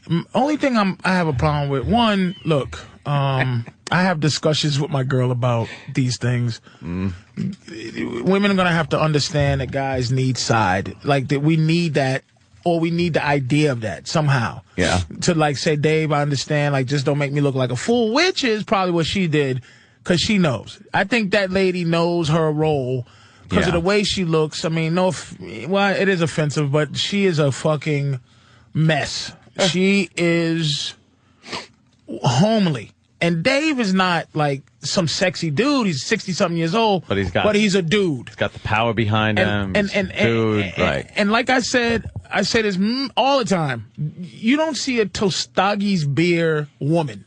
You don't see a 80-year-old most interesting woman in the world with young guys. Old women are finished. Old men get to be cool dudes who just fucking have owls on their hands and they tell stories. All right, wait. I want to slow you down. Why do you think that is? Why can't the women be the ones that because are women the old broads with the young guys? Their value. Oh God. Oh, she looks like Mitch Hedberg. Oh shit! Now, look, I know what you're going to say. Women, why this doesn't happen when they get older? Men, and what women usually find attractive about men is very personality based. It's being funny. It's being interesting. Men don't get pussy because we have a dick. Yeah, exactly. Women get everything because they have a pussy. Vagina, and the vagina does not age as well as the men's personality. I can still stay interesting. We can get wisdom as we get older. We could get even more personality. We could get more personality. They can't get better pussies. Where did that all start is what I'm getting at. Why couldn't it be fucking caveman? Ask that physicist. So, all right. So we go back to the caveman. Why wasn't it the opposite way? Here's what happened. I'm hunter-gatherer. Here's what happened. Break it down for us, Patrice. The day in the year one. Okay, whatever that is. All right. The year billion. The year rock. It was probably just the year apple. The year rock. The year stream. When the first, and imagine how great pussy had to be, and this is pre-Brazilian waxes, pre-shaving. Oh, man. This was just an horrible, hairy mess. Barely find it. The first time, let's just say a number like 20,000, okay, years ago. When guys found out that they would give up everything they have for that hairy mess, that day, men have been striving to understand how to compete, get that thing, and not have to give up his rocks. We say we were 20,000 years behind pussy. Men have been elevating and stretching, and women have been dismissing how much we're into pussy. So they stayed the same since year one. They've never changed. They just guy's gonna give up all his money, all his rocks, all his fucking whatever the fuck is valuable at the time. Pelts. And we've been trying to figure out how to change that. Yeah. And we've been doing a good job. We're probably only 5,000 years behind pussy. 5,000 years behind. Only about 5,000 years. We've been 5,000 years to pussy. We're getting there. We're still behind. Is that on the Mayan calendar too? When we will reach? Oh, pussy. The year 5012, nigga. Pussy's finished. Is that why we invented gay? Because we just gave up fucking chasing pussy? Gave up. They just said, you know what? I don't have time to catch up to pussy. I talked to a gay guy, and he says he fucks a lot. And he said it like with this way. I go, well, how does it, what does that mean? Like, yeah. And all he did to explain, he goes, we're guys. Gay guys fuck a lot because we're two men. You get bored and you'll fuck. You just be like, I'm bored. What do you want to do? Two dudes is put your like, dick in my ass. You know, anytime we have that feminine thing, is we make it up. So my thing is with her. She probably knows her role. She probably just said, "Listen, don't make me look like a fucking idiot. Don't do it like this." Now Dave did the Kaiser Sosa thing, which you gotta respect. He said, "Nigga, really? I'll kill myself before I let you that's what he run did. my life." Yeah. And it was a smart thing. And I know he talked to his girl before. He's like, "Look, baby, you know me." She knows him. You know what I'm saying. Sometimes I stay. He got a bedroom upstairs at the fucking Ed Sullivan Theater. Yeah. Where he's probably fucking these young broads and doing an Ed Sullivan impression. Man, really big. You like that? Coming to my dick is the next intern. You think they dismantled the bedroom by now? You think that's that shit's still up there, nigga. He pulls down a dictionary. That shit turns around.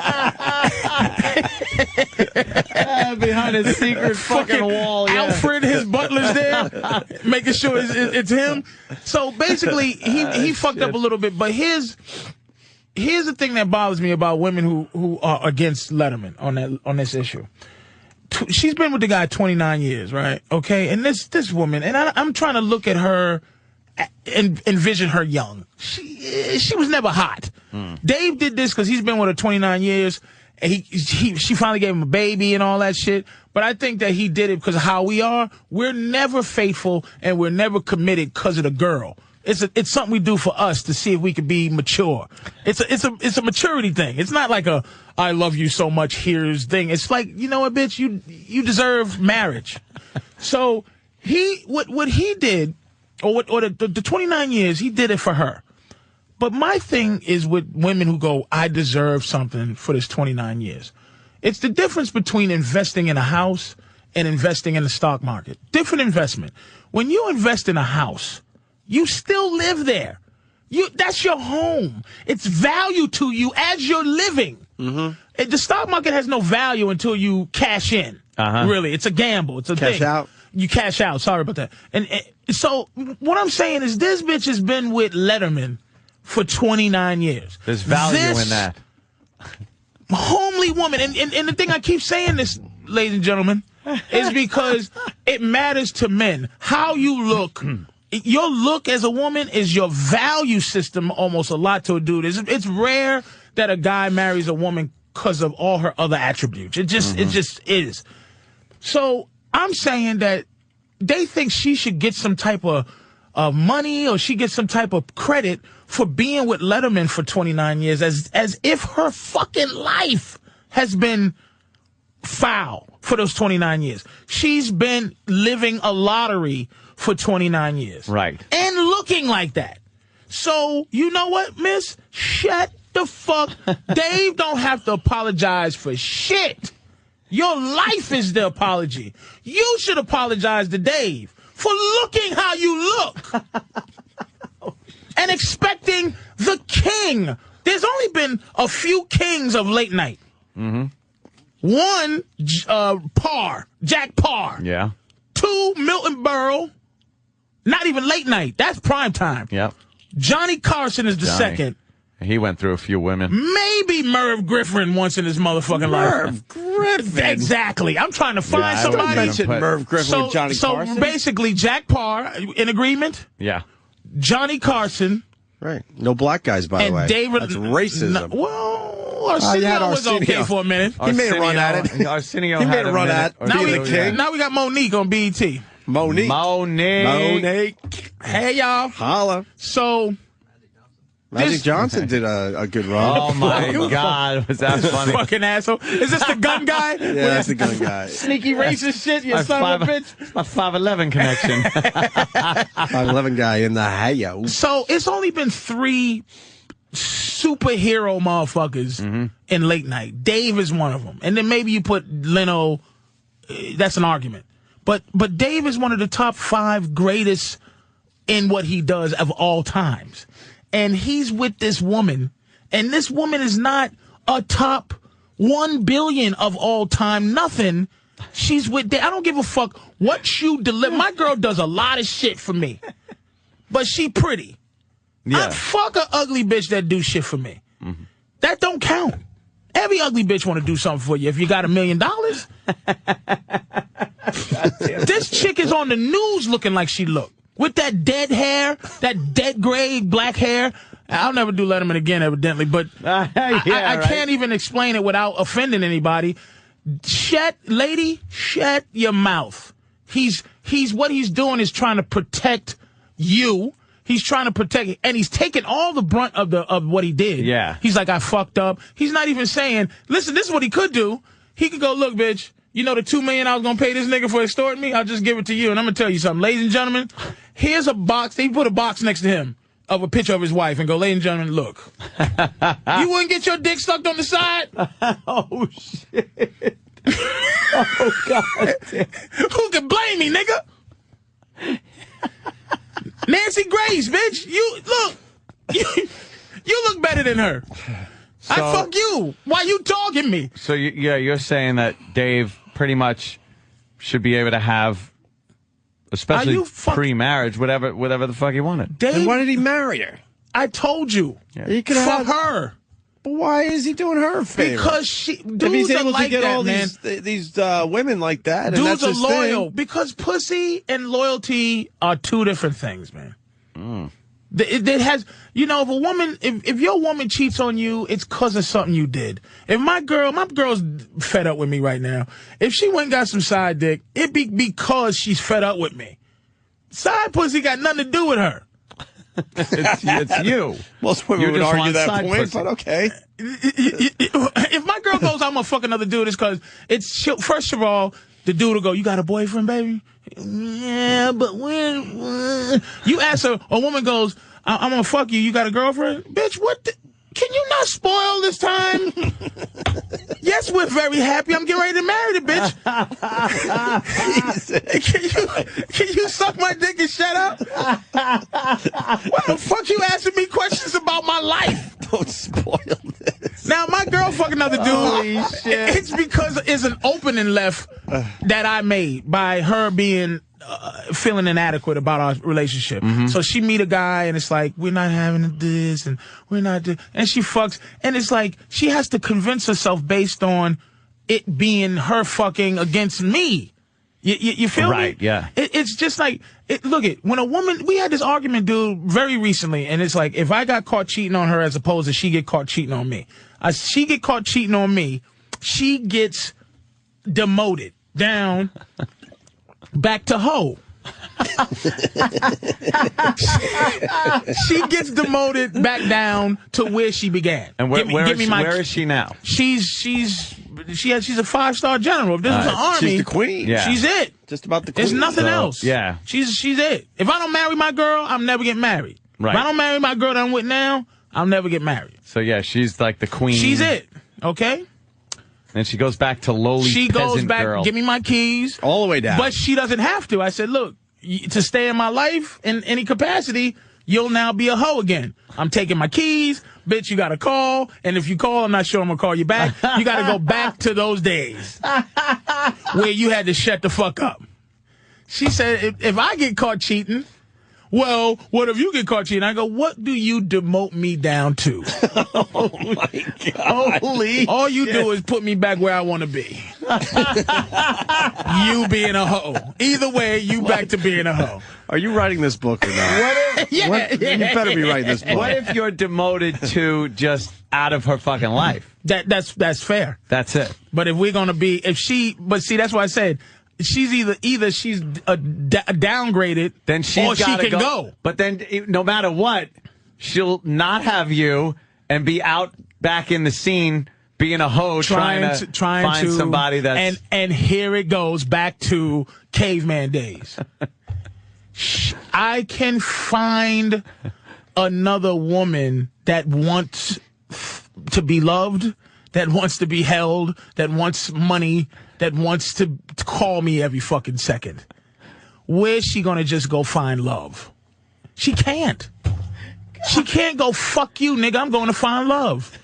No, she has to go find dick. She's gonna find dick. And hopefully it turns into love. But it's still under my control. That's why this... All right, bring it back to Letterman. Bring it back to Letterman. And it's not, it didn't leave Letterman, because I was going to wrap it up in a bow. Here we go. This woman that he's with married, she absolutely understands that. She's been around for 29 years, not married to him. And no other bitch, she's a soldier. So he finally gave her a baby and finally married her. And all she ever asked, because Letterman is a trooper. You know he's told her these things. Is don't embarrass me. Don't fucking embarrass me. So she probably wants something like, Dave, you're making... Because put it this way. She's in Connecticut. She has rich friends. They keep up appearances. She has to do things so she doesn't look like a fucking fool at the Tupperware parties, man. Yeah. So it's like Dave has to go, I'm so sorry, baby, to her. So that her friends can go, she can go to her friends, see? She knows that nigga getting his dick sucked up in that fucking Ed Sullivan Theater. So what does Letterman lose in the end? He loses liars from his fan base, but he gains a whole lot of dudes. He gets dudes and more dudes that say, fuck old Letterman. But now he getting his dick sucked, and he said he pulled the Kaiser Sosa, where this pussy-ass nigga tried to extort him, And he says, you know what? I'll destroy my whole family before I let you do that shit. Yeah. Dave is a dude now. He's a gangster. He's a dude. Is he a gangster? It depends on how he behaves. Right. Now, if she says, I'm done with this marriage, does David Letterman lose? He loses money. Well, but he shouldn't. He's got enough money, though. So does he really lose there? What does he lose? I'm asking that question to you. A fucking... Does he lose that love that he wants? He doesn't want love. He wants his dick sucked up in a makeshift hidden bedroom. You said it's different, though. My girl... What if he really loves her? He don't. So he doesn't lose anything? Not a thing. What I lose with my girl is what men need. I lose... Like, when you first date, the pie is all pussy. It's a pussy pie. Then you replace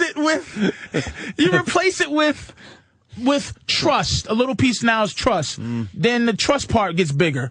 The need part gets bigger. The fucking the thing where it's like, you're my companion. All that shit's get bigger. The pussy pie gets smaller. So this woman pussy's left them. Their relationship long time ago. As far as pussy goes, there's only a few crumbs left. It's pussy crumbs. You could have an illustration and use a pie chart of what happens over the years, where it's first, here's the key, red equals pussy. And the whole fucking circle is just red at the beginning. And then, okay, here's green is trust. It's a little sliver now and there. It's almost like, Hispanics and blacks in my neighborhood. That would be the little sliver. But it's okay because you still have a lot of red. Yeah. So you're not even worried. And those colors are contingent on what you need in your life. So it's like, all I need from a bitch when I meet is some pussy. You're adjusting. I don't need that much trust. A little sliver of trust is, hey, bitch, don't put the shit on Twitter. Don't put the shit on my, a little bit of trust, but then it builds to be a relationship. You're adjusting your pussy portfolio. Yes. You're diversifying your pussy because you can't keep it all in pussy over the course of the relationship. You got to diversify. But I think that's what Patrice is trying to tell the guys. Make sure you make it mostly a pussy pie. Keep all your assets in pussy. Because once you start diversifying into high-risk things like trust and relationship and companionship, that's when you get burned. And that's when Dave married her, is because she became so much more. She probably knows really fucked up things about Dave. She has level 12 clearance, and I think, other than the fact of physically what she looks like, I don't know what kind of person she was to Dave, but for 29 years, she's been around. She's been around. So that means she's a fucking trooper to be around and not be married. And that means Dave said, because women are like, David, I don't have a child. It's like, bitch, look, I've been married. Go on, go fuck yourself. It's like you. You bring a bitch up in the crib, they like, oh my God, I'm going to marry him. And you like, I hear your voice, bitch. I hear it in your head. Here's what you're going to do. You're going to enjoy my pool. And you're gonna go ask Keith the cop for a towel. I don't even know where they are. And that's what it is. And that's how Letterman had her for 29 years. My girl been around for 9 years, man. 10 years almost, man. And I ain't married her yet. When I marry my girl, man, it's gonna be for her. It's just gonna be because she put in. You're fine with the way things are right now. Like, if they would stay like that forever, you wouldn't give a shit, right? I'll introduce that bitch as my girlfriend when I'm 72. Right.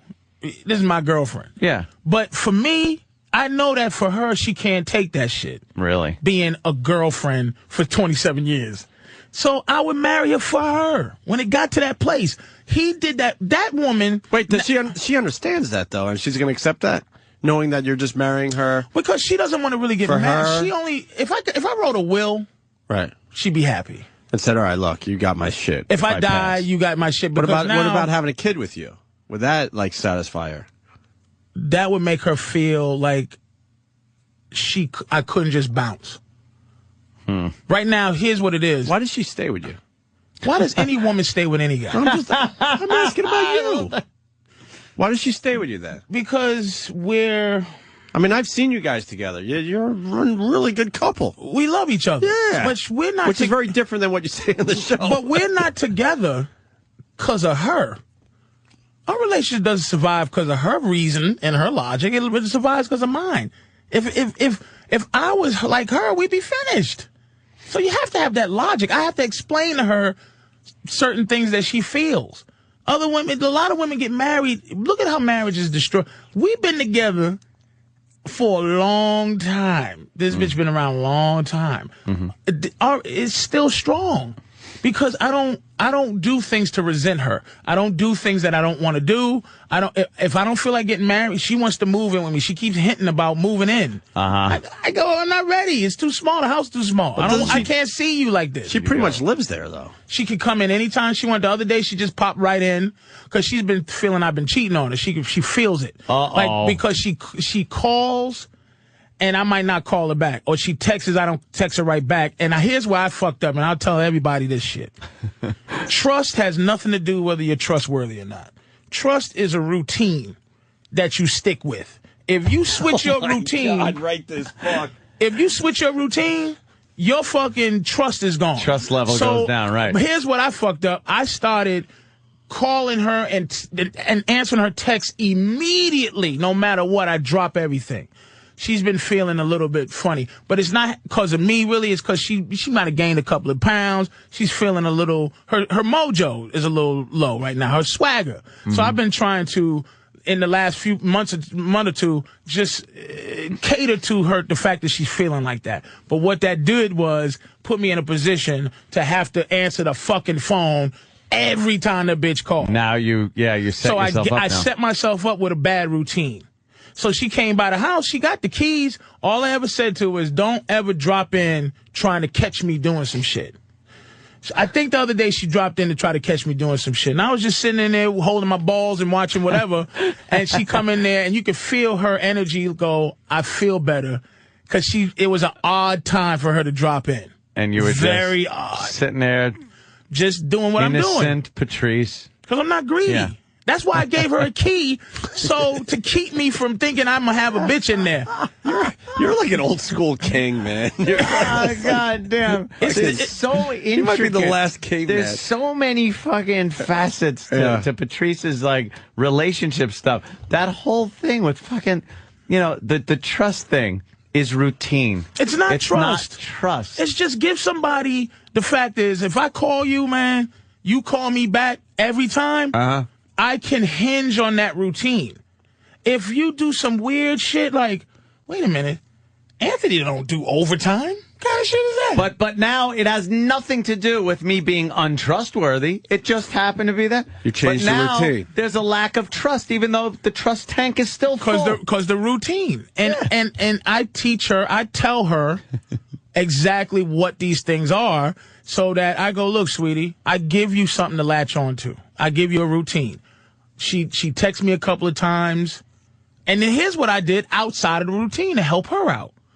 My phone wasn't working in L.A. For some reason, AT&T was like, fuck L.A., I gave her the number to my motherfucking hotel room so she could just call my hotel room so she don't feel fucked up. Here you go. Now the bitch. Hotel. Bring. Hello, I think it's the maid. Bitch, I said not today. I'm just calling it. Blah, blah, blah, blah. It's just. And that was the only reason she was calling to check up on you. Yeah, but she won't. But look, man, I don't blame her, man. I'm on the road. I'm this and that. I talk shit. I don't blame her, and I'm trying to, appease that part of her. But the Letterman situation, this is. Cheating is not necessarily you have to go and fuck another woman. A lot of times that shit'll help if you can just discuss it. I know Letterman discussed it with her because she's been around. Letterman thinks how I think and thinks how you think, Anthony. Yeah. Is that if a chick is in your life, you're going to explain to her and you're willing to have her walk out of your life based on your theory about not being unhappy anymore. It took him years to marry this woman, man. And she knows because here's another thing. You know how my girl, it's two things. You meet a girl who dresses like a hoe. You meet a girl who was a hoe. Now you with her. I mean, let's understand that hoe is in the DNA. Same thing with a nigga. You meet me, I had 12 bitches. There's an affinity for me to want to have 12 bitches. So I'm fighting 12 bitches and you're fighting hoe. Dave Letterman is fighting getting his dick sucked by young interns because she used to be one. Yeah. Yeah. So she knows the animal she's dealing with. They always think that they can change them, though. See, that's the thing. And you know what? Here's goes back to the caveman shit. Change them with what ability? What did they learn? The pussy. The pussy. I'm going to change it with pussy. And that's why we're bitch? still chasing the pussy. We're still chasing it, but here's 5,000 the years behind, that's it? 5,000 years, we'll figure it out. We'll figure it out, and I'm going to tell you what's going to take it back to where women are like the I Am Legend monsters. If men just say, if men say, I'm not fucking women. If we act with our dick like women act with their pussy, if a girl goes, hi, how are you? And you go, hi. Can I buy you a drink? I don't drink. Well, do you have a girlfriend? Yes, I do. And I just don't want to talk right now. I'm just sitting here relaxing. I want to be left alone. Bitches will lose it because they have no skill to get dick without having a pussy. I'm a fat motherfucker naked. I'm telling you, I annoy myself. I look at myself in the mirror and I go, why would a girl as pretty as my girl fuck me? She's up to something. That's because I'm thinking on my awful level. Yeah. But at the end of the day, dude, I don't get pussy because of my physicality, man. So if we could band together as men and hold on to totally swear off a pussy for a while and see where that goes. It'll take 5,000 years for women to realize. Yeah, so we got to go 5,000 years without pussy. Something wrong here. Motherfuckers is holding on to dick. Once they figure out men have come together and don't give up dick, they'll be in deep shit.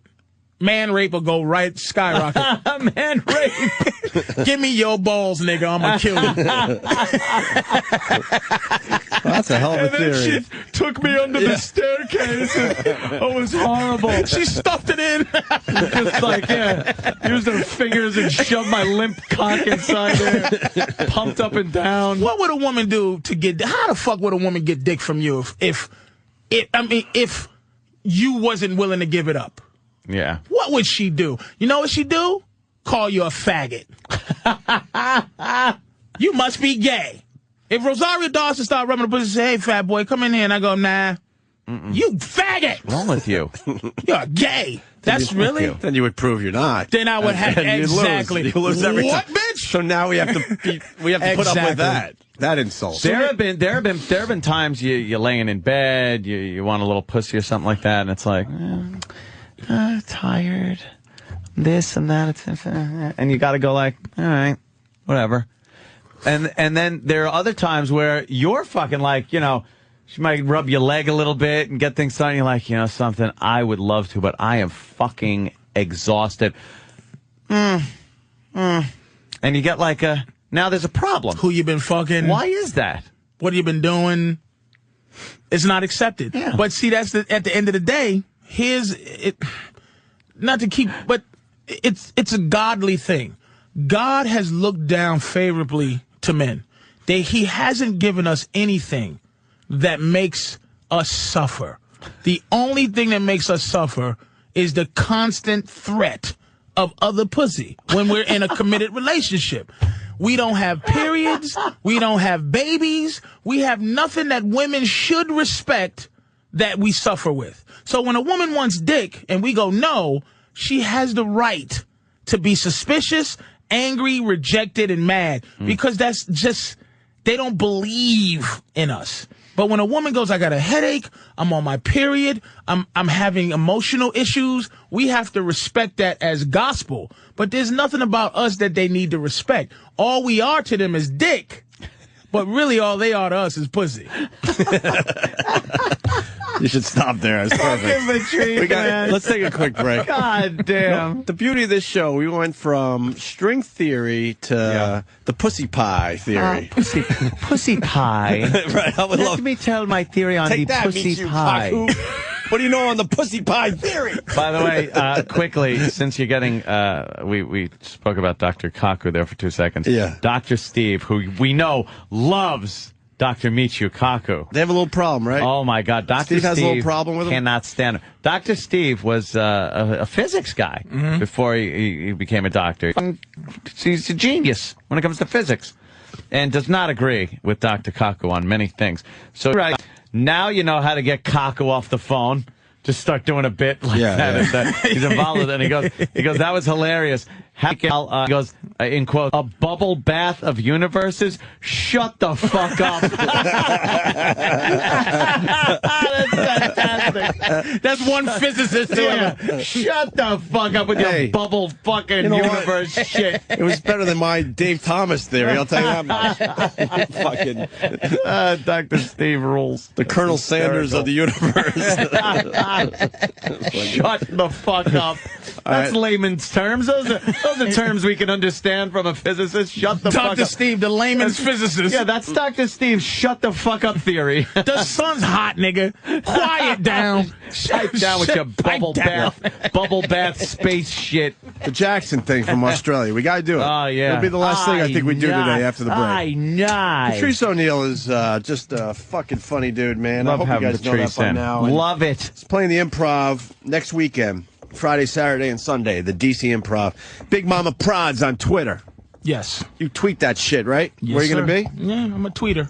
Patrice's shows are fucking hysterical, and part of the fun is watching people first get the wrong impression that Patrice is actually... I was watching his act, and it's great, because he'll fucking do some self-deprecating shit at the beginning and kind of bash guys, and the women are sitting there going, That's right. Yeah, and they're looking at their boyfriends at the tables like, that's what you hear what he said? You're just softening it up. And then motherfucker turns around, and nothing any, like, worse than he was saying about what assholes guys are. On occasion, but then the same girls that were backing Patrice up are sitting there like nose in the air. I don't like that. I don't like what he's saying. It's so fucking funny to watch the audience at Patrice's show. And do you make up half your shit as you go?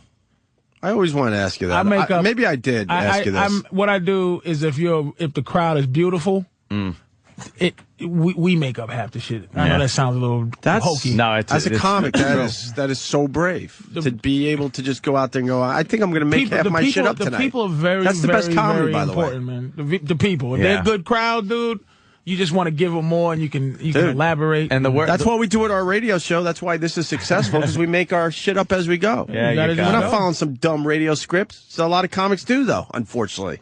Follow some dumb, comedy I wouldn't be able to do comedy no more if I fucking, like... If I'm like...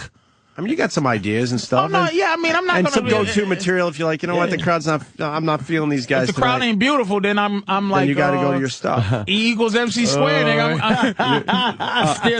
There's comedy theories. Some bubble bath fucking... There's bubbles crashing. Pluto is made of bubble. Stephen Bayshore said, I'm wrong. You're actually on Twigger, not Twitter. Oh, now come on. We're all trying to get along today. Son of a bitch. Oh, my God. You can't even have an open discussion without... Can't we all just get along today? I ate fish with Steve from Bayshore, that piece of garbage. That motherfucker. Look at him, he's probably feeling bad. That was funny, Steve. Fuck him. It was all right. It's probably fuck him, the Nazi. All right, one more break to do.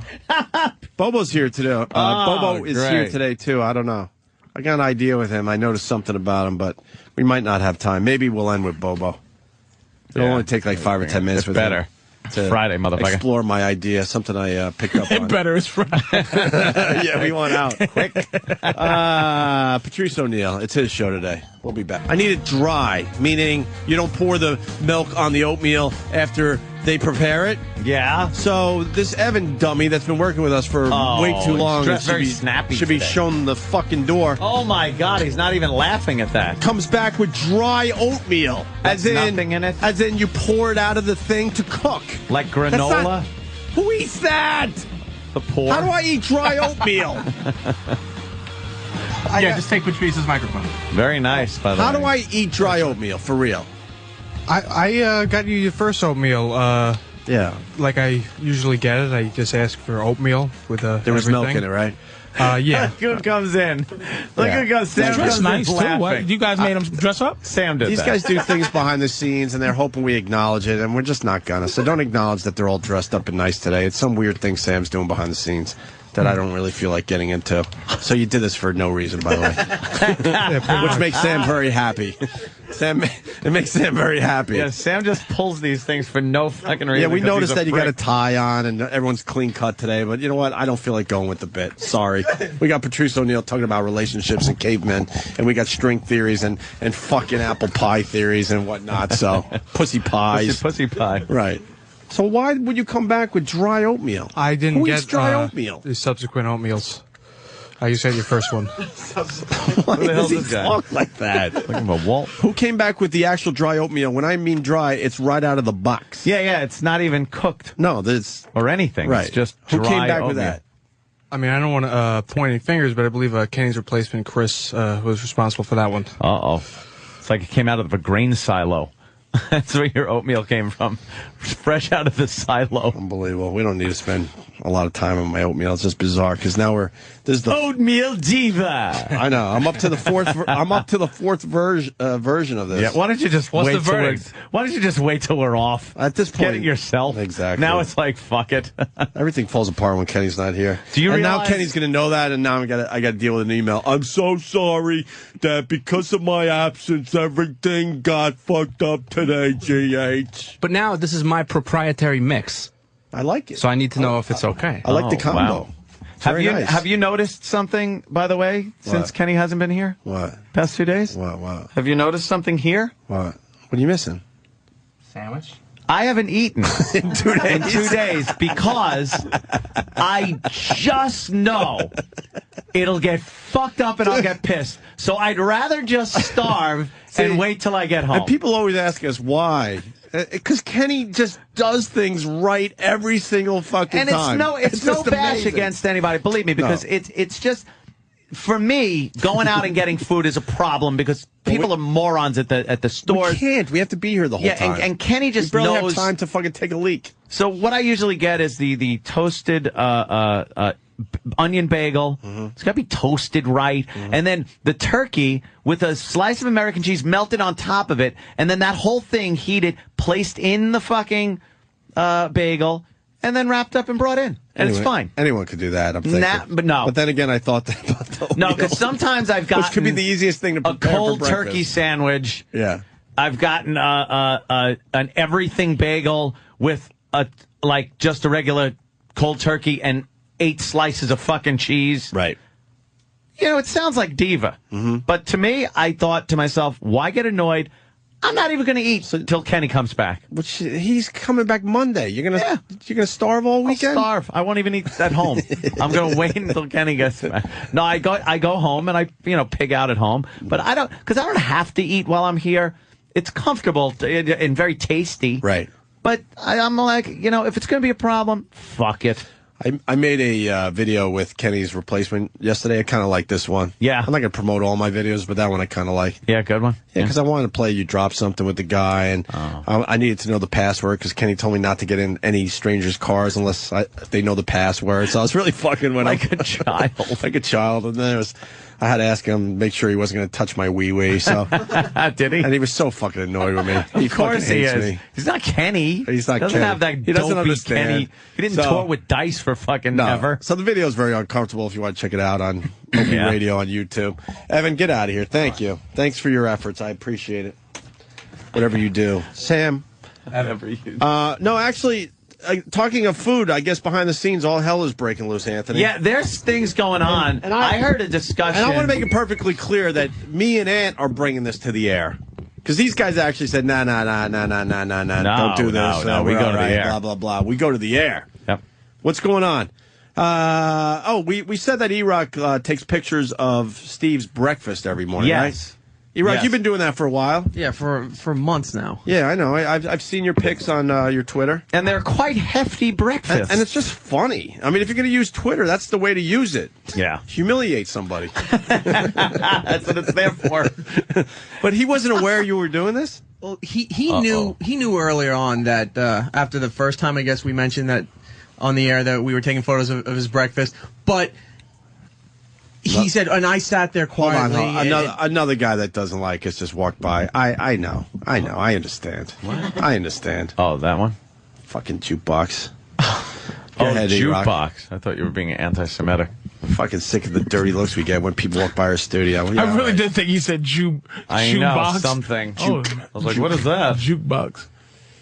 People make their living by just fucking, one song after another, and they're giving us dirty looks as they walk by the studio. I get it. I understand. I get it. Go ahead, E-Rock. So, back to you. So, he was aware of this, and he never said not to in the past, right? So I kept doing it. And today just set him off because he said, I put up with this long enough. I'm tired of this. And when the segment was done, I walked back to the office. Wait, well, the picture was, what? Some kind of omelet with a lot of ketchup on it. A lot of ketchup. A whole thing of fries that would probably, honestly, feed a family of 4 as a side dish. Fries and eggs? And then some kind of like chicken with lettuce, but there's a giant blue cheese. Like the chicken and lettuce would be fine. That should be the breakfast. The chicken, the lettuce, without the big packet of cheese dressing. All those 3 together. Who makes fries for breakfast though? Like where do you find a restaurant that'll put on the fucking fryer in the morning? Yeah, fucking fries. He's on some kind of weird diet. Exactly. I didn't make the look, Steve. Don't worry. E-Rock. So I go back to the office, and I looked at Steve, and he wasn't looking at me. By the way, it was a good bit for the show, and that's all. I explained this to E-Rock. I go, that's all I care about in the end is a good fucking radio show. I can't be bothered with whose fucking feelings are hurt on a given day. We all take a turn, under the bus. I want to look at the clock and see that 40 quality minutes just went by. Yeah. That to me is like, we're doing our job. You know how uncomfortable I felt with my Dave Thomas theory? I fucking ate a shit sandwich this morning. Okay, I know it was. I know. Trying to show I'm smart by doing my Dave Thomas theory. Oof. You don't think I heated up inside? Little warm. Yeah, and that's what this show's about. I could care less if feelings are being hurt. Anyway, you rock. So I walk in. He's not looking at me. So I kind of pat him on the back. I said, "Hey, sorry, Steve." And he says, "Don't fucking talk to me." Oh, boy. Don't fucking look at me. Stay the fuck away from me. That he had it. So I go, okay. Was he looking in a mirror at the time? Just self-loathing. I know. Jesus. Well, whatever. Anyway. See, but that's... Well, whatever. Yeah. So he said all that to you. So he said that, and I go, "Come on, Steve." And he goes, "No, I'm fucking tired of this." I said, "But I've been doing this for a long time, and you know that I've been doing this." And he said, "I've kept my mouth shut, and I'm not gonna." Not in the morning. Not with all that. And he's not gonna. I know. Jesus. Sorry. Continue, E-Rock. And he's not going to stand for this anymore. So I said, okay. Wait, can I stop you for a second? Yeah. And this is the point I was making to E-Rock during the commercials. Steve's saying that to E-Rock, who ate the biggest shit sandwich of the week with that virus bit. Oh. So he had no problem when you were under the bus, right? Well, taking a lot of shit from a lot of people. Well, he said he felt bad, but, that's where it was. But it wasn't him. Once it's him, then that's when the problem occurs. Yeah. He doesn't like to be goofed on whatsoever. He said he felt bad. He understood why I was upset, but, what else was he going to do? Right, okay. So... I didn't, quite frankly. But I really didn't understand why you were upset. It was a funny bit. Yeah, we like it. It's it's funny. We do like the virus bit. So Steve's really upset, so I go, okay, he just get the fuck away from me. So I walk out of the office. And I walk into the second office where Sam is sitting. And you were still near him. Yeah. Well... I know. Maybe he's just super sensitive because that probe crashed into him earlier this morning. I know. Did they find water or what? I found French fry oil. Oh, man. What are you doing? I know. Jeez, come on. Come on. Okay. Sorry. Where's Ozo when you need him? Come on. Come on. So he says, get the fuck away from me. So I leave the office and head into Sam's office, which Steve then follows me into Sam's office. And I sit down, and he continues going after me, screaming at me, saying, fuck me, all the favors that he's done, and don't expect me to help you out with all this other shit anymore. I'm tired of this stuff. You better pick a side. I know. And I'm pick a side. Steve, I'm trying to tell him this wasn't as bad as he's making this. Because out of everybody, I pick on him the least, and what I do to him is hardly really really bad considering what he gets on a daily basis. What side, right? though? Wait a minute. Wait. There's fucking sides being chosen? What did he mean? Well, maybe he meant Eastern and Western Hemisphere. What side? Well, he feels... Are there teams here?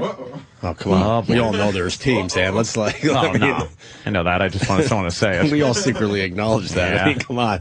But somehow it works. Split right down the middle, too. The Jets and the Sharks. Right. That's the beauty of this show. It's pretty much split right down the middle. But what about Steve? That's the problem. He's not on one of the sides. He's his own side? There's a Team Anthony, there's a Team Opie, but then everyone gets along, but Steve doesn't feel like he's part of a team. So it's like the whole show's on one side of a seesaw, he's on the other, and it's level? I know. And that's just based on we just get along with members of the staff better than others. I don't hate anyone on the staff, to be honest with you. Geographically, certain things work out better. I don't hate anyone. Perhaps if Sam lived a little closer to me, he'd be my little twink friend. Yay! Yeah, instead of Opie's flunky. And if, Danny didn't live in Queens and hop, skip, and a jump to my house, perhaps we wouldn't black out drunk together on the weekend. There is free beer, so I'd probably make the trip. How many guys, for these teams? How many guys work here? I know. I only know like three. I don't think that's even what Steve's talking about. Like, what is Steve referencing? Wait, Sam's on it. Let's go. Steve thinks there's Sam makes me sick. He's like a smarmy little douche. He really is. He put his head down like I'm sorry to have to say this, but they're meanwhile, asking. he's happy as a pig in shit to mix this up. He's chomping at the bit. He can't wait to get on Mix it up, you little prick. You guys are confused. You're describing the Opie team and Anthony teams. Those are the on-air teams, not the behind-the-scenes teams. Now there's a behind-the-scenes team, which is... Well, I mean, there's a documented rift between Steve and Danny. So I would. Well, we know that. I would assume that it would be Team Steve and Team Danny. Yeah. Back there. So I think that was the team. Is there members of Team Steve though? Behind the scenes? Holy shit! Is anyone on Team Steve? I think Steve felt that Eric was a member of Team Steve, and when Eric did what he did on the air, Steve felt he was maybe leaning over towards Team Danny. Although, since Eric also hates Danny, I doubt he's on that team too. So how did that happen? I don't think they hate each other that much. Steve seems very nice to me. What does he do to have this going? He doesn't want to be part of the fun. Maybe I don't have to deal with it, like, because I just come here to talk shit. But so he followed you and started yelling and screaming. Sam, you saw this? Yeah. And you're saying Steve was... Look at Sam. And you're saying Steve was way out of line? Well, Steve's a party pooper? There was other people that witnessed this, too, out in the hallway. Yeah. Uh-oh. I'm saying Steve was a bit over the top. He kept yelling at Eric and said that... I Can Steve fire anybody? No. Is he somebody's boss? No. To be completely honest with you, if there's a lot of honesty today, he can't fire shit. Oh, jeez. You can't. Steve's a figurehead. I thought Steve can fire people. Steve's a figurehead. He's my superior. What? Definitely, yeah. Shut up. He is. He can't fire Steve can anyone. fire you? I mean... I know he can suspend you. Okay, Danny.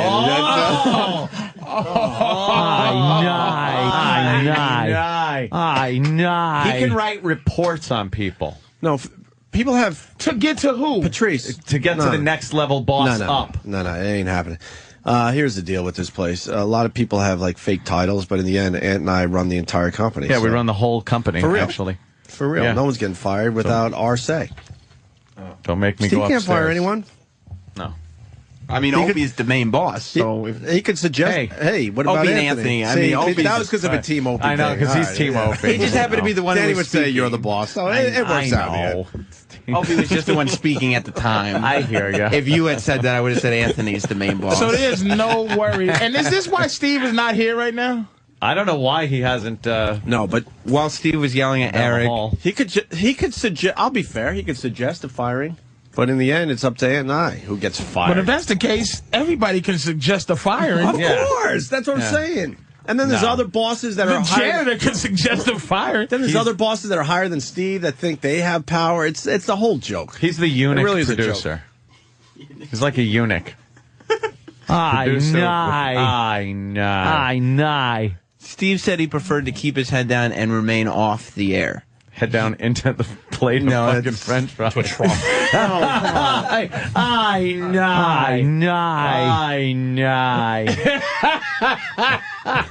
Oh my God! This is brutal. Why is it brutal? It's so brutal, This is what happens man. at every fucking workplace. I guess you're right. You're just talking about it. Steve prefers to do what his job is, you know, booking guests and making the proper phone calls and emails, but remain off the air. Why do you say that with a smile, Sam? I'm happy to be here. I'm at the Opie and Anthony show. You know, it's a good day for me every day. So Steve will not be joining us on the air for this discussion? Frankly, that would drive highly Jimmy doubt nuts. it. You know, the person that would be pissed off by that the most would be Jimmy. Norton Jimmy would gets be fucking losing his furious. You tell him to get his fucking ass down here. It's for the fucking show. It's for the show, the fucking asshole. That's what Jimmy would be saying. He'd be very angry. But that's Steve's prerogative. You know. What a little. I'm hurt for Steve because I know that Steve has to think that he's higher than these guys. Yeah. You would have to feel like he thinks he can more than suggest things. No.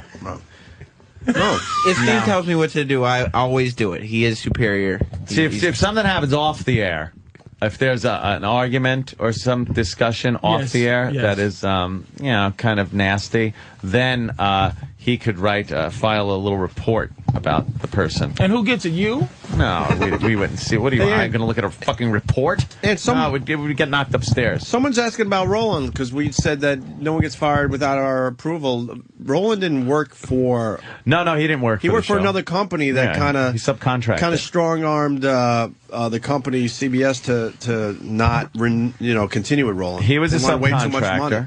And we're trying to get Roland hired here. But kind of a different situation, to be honest with you. No, there have just been things. Oh, that's so funny. Steve said Eric was kicking him in the dick. Oh, yeah. You're kicking me in the dick. He's like, how many times are you going to keep kicking me in the dick?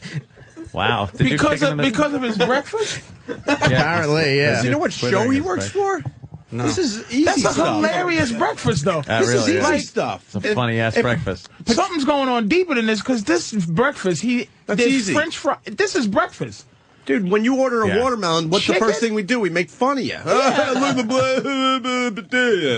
Who can get... Here's the thing. Here's the funny part. Who can get chicken, French fries, and eggs at breakfast time? That's very resourceful. And it's a hilarious breakfast with blue cheese. It's a weird breakfast. It doesn't really make sense. It doesn't make any sense, that breakfast. Why is he so ashamed of this breakfast? He brings it from home. Oh, he brings it from home. Yeah, it's deeper than that. Patrice is absolutely right, because we all get smashed on this show. But he shouldn't be so hurt about this. It's deeper. This is some type of posthumous breakfast that he dedicates to somebody. Look at that breakfast. That's not around anymore. Look at that fucking breakfast. Two giant cheeseburgers. Look at the angry bite marks. Look at how those bite marks are like velociraptors.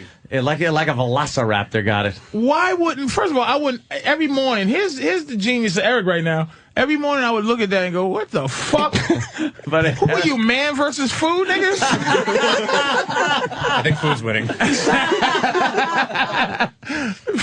the record, Patrice, a big guy, is laughing at all the fat jokes. Okay, because that's all it is. Why is he upset about this?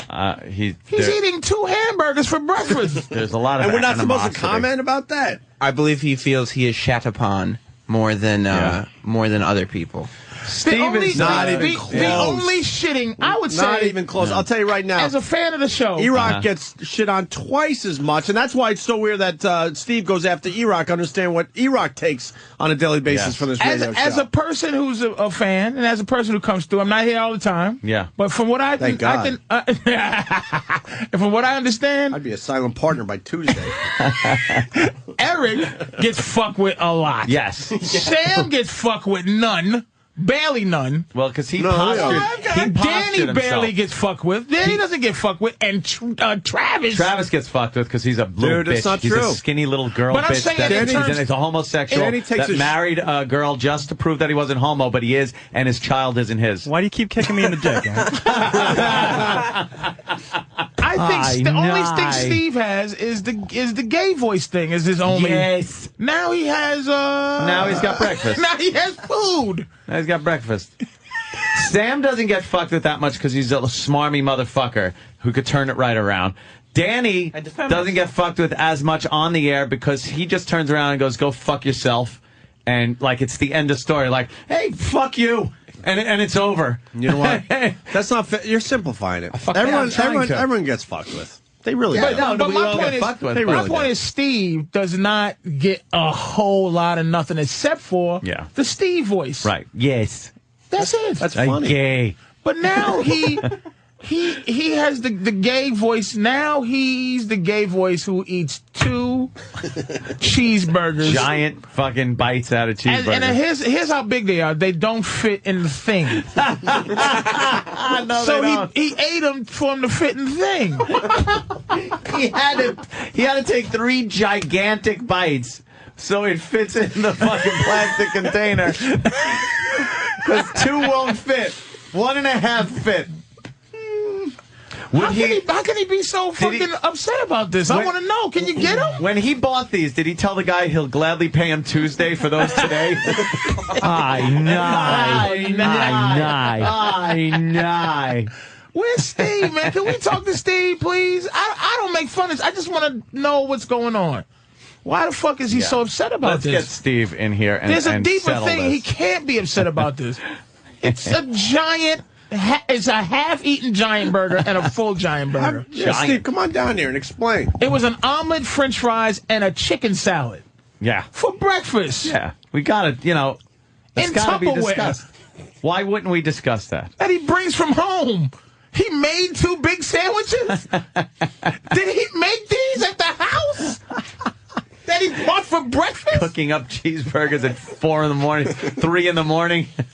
Putting them in Tubbywear. And trust me, this is not. I don't like food that much. This is not a diet to cook at 4 in the morning. No. These are. If there were 2 hamburgers with no bun, I would say okay, he's doing some Atkins. But I don't know. I don't see. The French fries fucked it up. So E-Rock, how did it end? Well, that was sort of the end of the first fight. He left the second office and went into back into our office and just wasn't talking at all. Then during one of the commercial breaks, I'm down here and I'm talking with Sam about doing something for the weekend, and he goes, "Come here," and he pulls me away from everybody down the hallway, and I was pretty much told to shut up and listen while he just unloaded on me. Wow. Stating that pointing and waving, that little crazy psycho dead stare right through you, kind of thing, just pointing. I know.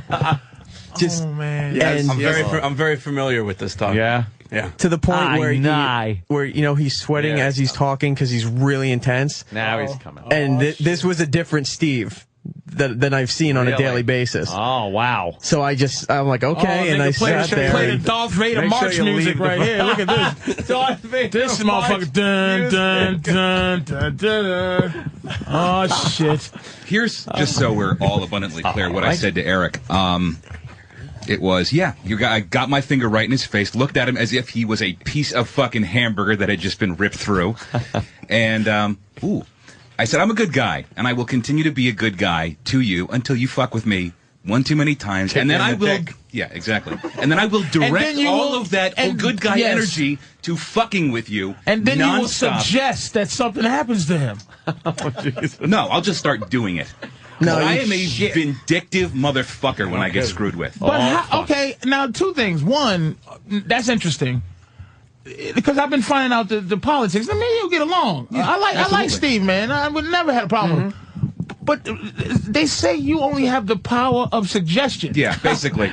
Basically, you're a magician in here when it comes to them. So basically, what could you do to really fuck with them if you have nothing more than suggestion? It's not so much fucking with them like within here. You can't really do anything. You're completely castrated in here. Nobody has any power. Okay. Nobody has any power. But I'm the first person a lot of times that people come to and, hey, can you get me into this event? Hey, can you give me tickets to this event? Okay. Who does that? And you're like fucking Morgan Freeman from Shawshank. You get things, and now you're the first person on the phone with publicists and. I'll get you a rock hammer. And ticket brokers and people that need free shit. I'm happy to do it. All of a sudden, let's fuck with them a little bit. The guy that gets the free shit, let's go fuck with him a little bit. But wait really? a minute. Steve, I haven't asked you for tickets to this week. No. When did I ask you for tickets to an event? I don't, dude. It's not. No, you brought it up. Bring it. Tell me when I asked you. It's not tickets. Yeah, I've never asked for anything. What do I ask you for? I know one thing, and it wasn't even for me. What? Stargate fucking box sets? No, that came from the publicist. Now, do you hear the stuttering in Eric's voice a little bit right now? You just stuttered a little bit, dude. It's taking advantage. It's taking advantage of someone's good nature who is happy to fucking do stuff for you until, bing, there's a little needle. Dude, I never do anything to you. That's the one thing that I've been doing for the longest time. And I know you've been doing it for the longest time. And you haven't said one word that this was a problem. Now, let's get to the real thing. Yeah, what's the problem with the bed? Why are you upset? First of all, I've seen a picture of your breakfast. Yeah. 2 giant hamburgers. You're right. It's usually something I didn't eat the night before. French fries, an omelet, and a chicken salad sandwich or something. Yeah, something like that. Honestly. Why are you upset that is out there? Because I'm a fucking addict who is able to kick every other fucking thing that he's been addicted to, but he hasn't been able to fucking deal with this one yet. So, for some reason, that one strikes a nerve. Because I got over it once, dropped, a pile of weight, got fucking surgery, and then when I stopped drinking, I jumped over to this addiction. So this is a little pity party for yourself. You can't. No, that's not a pity party at all. I think that helps. That help. The ridiculousness of this will help you in the long run. No, I'll tell you something. My old man when I was a kid. It's helping me, nigga. No, here's you something. Got that giant hamburger. When I was a kid, man used to tell me to my face. The world does not respect fat people. If you get married, you'll never get a job. No one will ever love you. I ballooned up to 400 pounds by the time I was 23 years old. And you found that height. So you lost weight. Actually, no. 400. You wound up achieving everything except for the people king you. Right. Thank you. So Steve, this fat issue. No. This is, and I'm not being funny, man. Usually fat dudes. Jolly. Because we have the ability to be other than fat. I mean, I know personality-wise, you got to be a little above notch if you're fat. Why? That's like such a... Man, I don't want to say woman, but it's such a how women get depressed about fatness. Dudes get depressed about fat a little bit more dudeish. Different. Like, you should be able to see that this is funny. Yes. Intellectually, I see it. Emotionally, I don't. So you should really... Yeah, but the problem is E-Rock went through the same shit this week. He didn't like the bit he was involved with. Eric's a perpetual victim, unfortunately. But you're being one too right now, though. No, I don't think so. Not at all.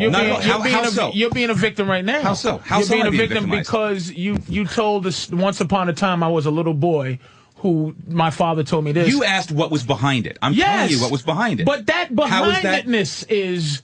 And I'm not saying you're perpetual, but you're victimizing yourself because you're angry emotionally about this. It's not personal. This is internal. He just clicks. It's not his fault that you're having this issue. No, it's not his fault that he's having this issue. What he's doing is instigating. What he's doing is acting as a catalyst. Now, did you know that he had this issue with his size the way he does? No.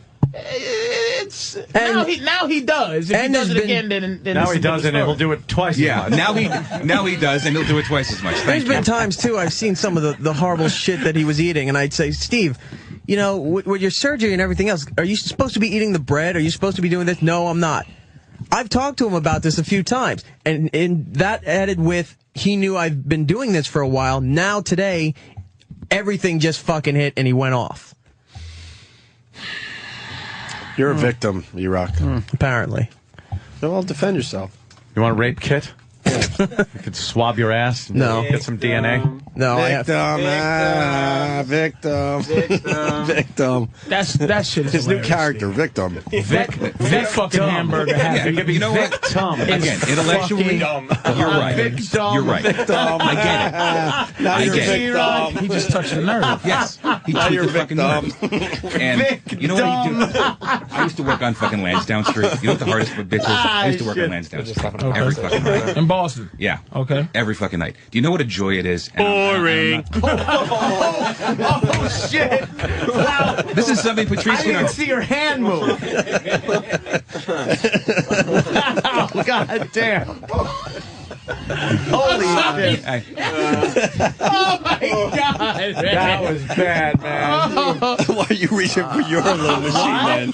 No, I want to prove that. No, really. Steve's opening up. Steve. It's about time he opens up. Oh, my So why don't we God, man. Lansdowne Street. Don't be, man. No, it's boring. Once upon a time. It's fun. Oh, fuck balls. Steve, I swear, call me off air. I want to talk to you, man. Fuck that. Why is E-Rock hiding his face? Because he's embarrassed that he's a victim? He's victim. Victim. I just got it. Why are you laughing at that? That hurts E-Rock. But that's what we're getting at. That hurts him personally. I love Vic. He doesn't want to be called Victim. Vic Dumb. Best name ever. Hey, Vic. Mr. Dumb. God damn it. Table's ready. So Lansdowne Street. Look, I'm not even close to buttons. You said you worked on Lansdowne Street. I worked on Lansdowne Street, and it was huge then. So, but when somebody fucks with you when you're working in that place, what can you do? You punch him in the face. As hard as you fucking can. Right. You can't do that anymore in civilized walking upright person society. How much weight have you gained back since the surgery? Since your smallest? Since my smallest, about 50 pounds. Probably 40, 50 pounds. That's not a complete. No, it's not. But it's still. It's fucking. Some coke. No? Oh, okay. I'm an addict. I don't do that shit. I can't do that shit. No? My sister died of a drug overdose, so I don't do that shit. Coke in moderation? You ever hear anybody? I do coke in moderation. One nostril a week. Yeah, that's it. Can't do that. It was now joke. with my inherent developed ability, obviously this is years ago, to deal with people on a confrontational level taken away. I'm not as witty as these guys. I'm not, and I'm not as witty as you or Ope or Ant or Jimmy. So I really can't hold my own in here. So, but you say you're not as witty as Eric? I'm not talking about Eric. I just pointed at. I'm sorry, Patrice. It's Vic. Yeah, Vic I'm sorry. I was Patrice. I clearly pointed at you, Ope and Ant, and referenced Jim, who isn't here. Pitted, so pitted, so pitted. This is crazy, man. So what is it? What this is it fucking like? Crazy. Like, you must understand that is not a good breakfast. Absolutely. So why not just not have the French fries? Most days I throw them out. I bring them here. I don't eat them. I throw them out. And the fact that I'm bringing them here, his addiction, by the way. I'm afraid. But I understand too. But it's like falling off the wagon. You gotta like get back on. Now there was a point you're working out. You fucking you were big guy. Muscles and shit like that. Yeah. And then you pack on a few pounds, and then you must realize and go, all right, I got to do something about this. Now your woman she was a trainer, right? She is. She's pregnant now, but she's a fitness model and a female bodybuilder. So as soon as y'all have the baby, you're gonna she'll get be right back on and stage. Yes. But you'll be right back doing her. She makes you do your thing, right? Truthfully, I've asked her to help me get my shit back together because I didn't like the way I looked, but I've been fucking sliding like crazy. Anthony, Susan Waldman just saw a picture of Steve's breakfast. Of all the dramatic things I've ever seen. Oh, my God. Oh, yeah! Oh, yeah! Oh, no! Oh, no! E-Rock's a victim. That's all Victim. Dumb. I love Victim. What's up, Vic? Victor Dumb. Dr. Van Dum.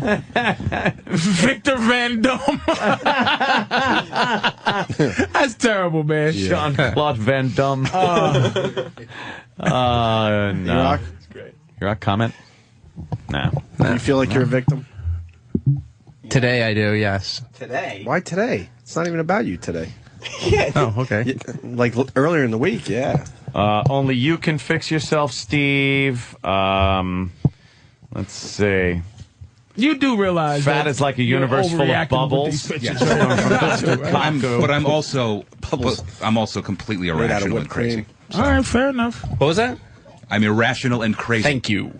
Oh, well, I've never debated Nice that clip. fact. The fact that I walk in here and on multiple occasions have thought about eviscerating somebody with my bare fucking hands. I see his eyes. I've never seen his eyes Especially like this. for a person in a leadership role. It's very healthy. Go cry in your burgers. Wait a minute, From though, designated Danny. wise ass over there. Hey, I'm just stating the obvious and fact. No, Danny doesn't like me, so anything anything he says. Pause for the course, Buster. Can this be? He called him Buster. Buster?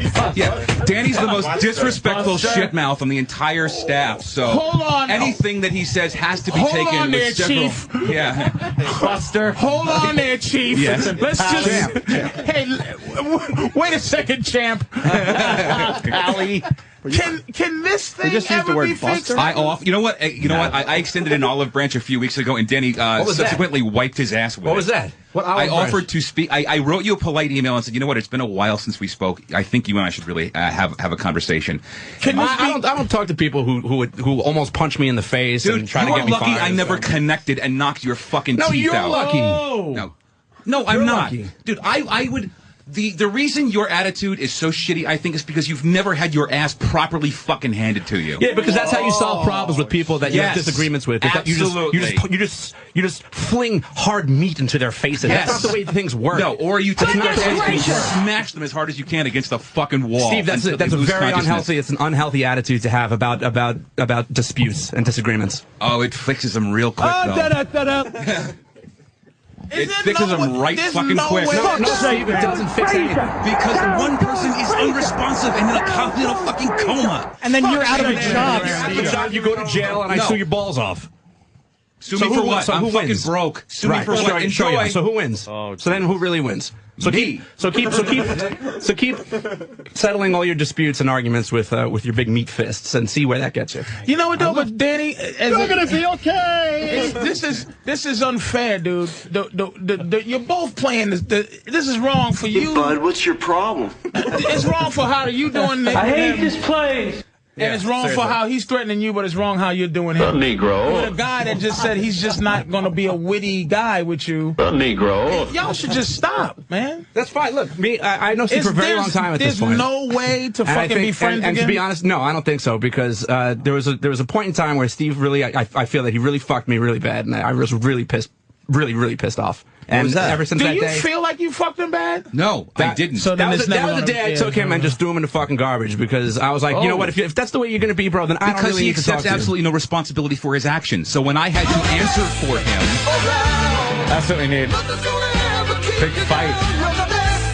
Well, Buckaroo. Yeah. Wait, what happened, though? Buster. Oh, I made some comments about his website, and he didn't like it. So that's not. That is that's exactly not what it happened. at all. That is not it at all. All right, well, Not it at I all. always wondered what the big issue was. we'll prove it any other way. I honestly don't remember, but there was something that I can't fucking talk about, unfortunately, because it's a matter of corporate bullshit.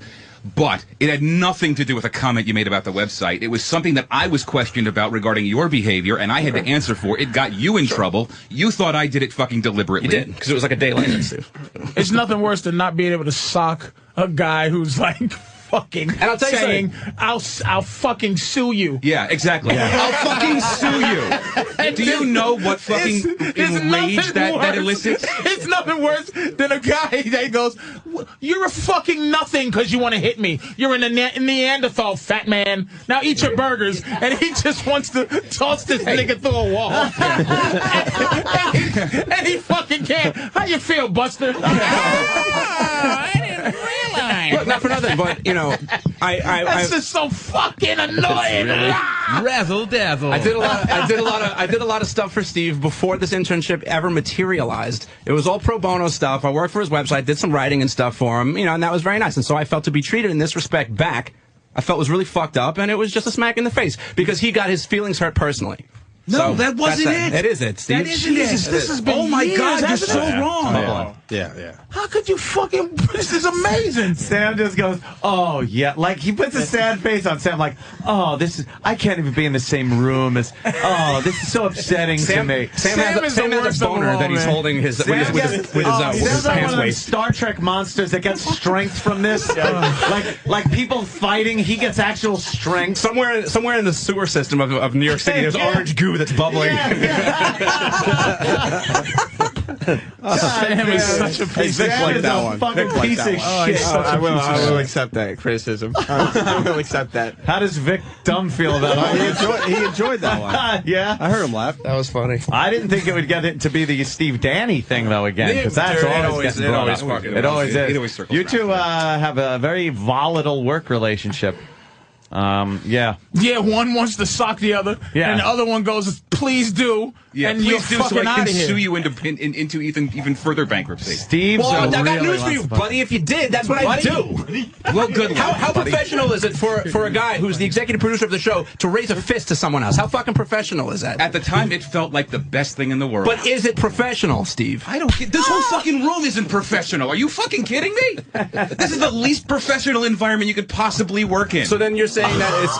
I bet you dude, Danny, Danny would go, it's like arguing if he hit him, if Steve hit Danny, Danny would go, "Oh, you did it now, pal. Now you done it, pal." Dude, I've got pissed off around this place before, and never once have I thought that a rational reaction would be to raise my fist to somebody. I've never once thought that was going to be the proper road to go down in any dispute or disagreement that has ever happened in this building or in the XM building. Ever. When's the last time you had a really nasty fist fight and got your face kicked the fuck into a curb? Seriously. Did it ever happen? Dude, that is not the end-all and be-all of everything. You're not answering the question. Fists do not solve problems, Steven. They don't. Sometimes they do. Sometimes they really do. And the fact that you can't answer that question means you probably never have. Between Quentin Jackson and I need a good Chuck ass Liddell whipping, and that'll whip me right into shape. Yeah, he'd be better off if he got instill punched a in the sense of face. humility that you've never fucking had. I have been hit so fucking hard that I couldn't see straight. I don't care. Good. Well, good. Good. You know what? That says a monumental amount. You're indifferent and you're a fucking wise ass. No, your world is completely different than mine. My world doesn't revolve around physicalities, and yours does. No, it has nothing to do with that. Yes, it does. That's your whole argument. You have a massive problem with authority. You hate people who fucking even remotely exemplify a father figure. You fucking hate them. Wow, no, that's dude. Now you're bringing your own things out to the open. Look, every fucking reaction to an authoritative decision, this guy fucking acts like he just pissed in his cornflakes. Get my dad on the phone. We'll talk about how much I hate my daddy and how I have daddy issues. Everybody in this fucking room has daddy issues. You have daddy issues? You want to come over, Danny? I love that. I don't have a daddy issue. My dad's dead, and I fucking loved him the whole time. What the fuck are you talking about? One exception. I have mommy issues. Mommy great. Right? Steve. Oh, Travis is here. Holy shit. Whoa, Travis left the other room. I'm in here now. Wait. I gotta be on Steve's side. This is Attack of the Nerds. and Steve is ogre. And he can't. What Steve does is take nerds and throws them through a window. Steve is ogre. And steps on his fucking Terminator doll that he built. Travis just tagged in. He did. This is fucking. Who's at your station right now, Travis? Yeah, people. A million people were. I can't let this happen because this is about to be. It's Lilliput. It's like Lilliput. He's Gulliver. It's Gulliver. It's like they on him with the I'm gonna fucking poke you shit. What? And he can't do shit to him. What does Travis have on this whole thing? I just want to know what he's got on him. I completely disagree with Steve. I completely agree with Danny, and I'm tired of when Steve comes in here and he just dismisses Danny's opinion as Danny hates me. Well, here I am, and I think that if you punched me in the face, nothing would change. You would be out of a job, and I would still be here. You'd be in a coma. More civil suits. Yeah, exactly. Punching me in the face or punching Danny in the face is not going to solve anything. You'd be like You would be Terry out of a Schreiber. job. Silence is one of the You know what? parties. You would be out of a job, But he doesn't. This is the most ridiculous he's argument I've not ever gonna been part of. ever. He's not gonna ever punch you. He doesn't think about punching you. It's that the way he is. No, he thinks of punching punching him. is flying, No, but he he'll does. never Travis, do it. and that's not healthy for a the thing. boss to do. That's not Travis would healthy. Travis would be at a station going, Oh, you fuckers! That's not healthy. I completely agree that by an executive producer saying I'm irrational and crazy and I'll threaten to punch you in the face, that's not healthy. That's not what no one a wants boss to work should under do. those circumstances. How's anyone going to respect that? Why do you Seriously. look and feel like Richard Dreyfuss right now? You sound like Richard Dreyfuss from Jaws. You're not gonna until something comes up and bites you in the ass. You gotta wait. You got any better suggestions? Is this the black girl body slam incident, by the way? what? Wow, I just shut down the show. Holy no, Opie. the legal thing. What? No. All right. No. Is anybody? Sorry. Before that. Leave Steve alone. Which one was it? Why don't y'all apologize? What the Ralphie fuck? May finger in the butthole? Whoa. No fucking way, no So fucking Danny, way, no fucking way, no nothing can fucking way, happen. no fucking way. Nothing happened. What? Nothing can happen to make this stop. Nothing. I don't think so. Oh no. If I he think said, that ship has I'm sailed. very sorry for that. Nothing. I mean, we work together. We have to work together. But aside from that, I'm saying not to just be like cool. Billy, dude, this is. It seems like dudes just don't stay mad at each other when one goes, "I'm sorry." This is very surface. No, this is deeper than that. This has been going on for a while. It's a weird thing to be around somebody like that. Years, actually. I couldn't work. I'd be like, damn, how could you come? If I came in, if I found out, like, you go, if I go, you just go, I hate Patrice. Yeah. I come in and I go, this motherfucker hates me. Like, I'm going to remove myself from this situation. Yeah. Like, Steve, how are you going to deal with... How can you be funny and fun with somebody that you... I know. Steve, how are you going to How deal with could you your own do that? child? Are you going to beat him up if he, of if he course doesn't not. listen? Oh, then my why? God. Holy But, I mean, it's a fair point. But it is a fair point because by your child abuse. by your argument, you're saying, well, you know, you don't listen, so my reaction to that is I'll punch so you. if you have it in you to like work it out a different way with your own child when your child is born, why not with your me? Why not with the answer? Absolutely Fellow employees. different case entirely. I learned a different. whole. I was. Why taught, can't you bring some of those different. skills to the workplace then? And not I work, bring a lot of. I actually, you know, and work look, on the fact that physical violence isn't going to get physical violence these guys is the working any final harder. 5% of any confrontation resolution. Okay, you try to resolve it every other way before it would ever get to that point, obviously. But the fact that So you're getting close to punching someone because everything else isn't working. He's at 94. no, it's just you realize that some battles aren't And worth with fighting. everybody piling on, he's getting close to coming in with 3 cheeseburgers. He's going to sit down. And he's gonna fucking just light this studio up with some fucking 511s. You know what I'm saying? If he's starting to feel a little bit piled on, because here it comes. Yeah. You know what I mean? I mean, you really got to fix this. So the way Patrice is seeing it, it's everyone else's fault except. And it's a bunch of I'm on both sides because I've learned that way, but it's really difficult when you're physically a big dude. And dudes approach you with fuck the fact that everybody can't fight or whatever, but dudes understand dudes. You can't just be a dude and not accept the motherfucker's apology if he apologizes. Now, I'm not saying that he did, but fuck that. If I go, man, I'm sorry, you have to go, man. You gotta somehow embrace that. 2, the idea of not fighting. It's just dudes. We think about that. That's how we roll. We might fight, and for other dudes to go, "I'll sue you, motherfucker." It just ain't cool as dudes. This is non-dude shit. To Eric and everybody, and Sam's out of it because Sam's just that kind of witty, I guess. But the motherfucker, I understand what he's saying. I understand what they're saying, but this ain't dude shit. That's the thing, man. You can't be friends or around each other talking about, I'm going to sue you there. That's bitches, man. He's not my friend. But you are, though, because you're hurt. Coworker. I was hurt 2 years ago. I don't give a shit anymore. But see, you do because you're not over it. That's what I mean. Completely over it. You're not over it because you won't embrace. No, because it's like being this. friends again. That was one thing 2 years ago. There's a million things every day. There's a million Fair things enough. every day. It's All like right, fair enough, man. It's like people that aren't That's fair. friends but have to work together, not liking each other. Then you don't. So how do they work you're together? not What's the bros. example of you working together? Working together. Steve and Danny. Sam runs to the mic. Old instigator Sam. You have to understand. There's two. You see, we have two offices here. Danny's in one office. Steve's in the other office. They don't mix. There's no talking. There's no So what's communication. the work? When do they connect as workers? They don't. You're watching it. I mean, This is even it right even now. the paperwork. Like when does it is it 3 degrees of separation from them where these two have to collaborate to make There's this never show a go time on? where paperwork transmits from his office to our office. Like everything is very So you don't work self-contained. No, together. we do not work You're together. just dudes that exist in Sometimes- the same space. He'll tell me that like the guest has arrived and that's that. We'll have a staff meeting once a week with all the staff and the bosses. Steve will say what he's been doing. That's news to Danny because they don't communicate whatsoever. Which might be better. It's not so much that there's no communication. So they're not co-workers. They just both get paid by Sirius XM and go home. Yeah, Steve will go through me to tell Danny something.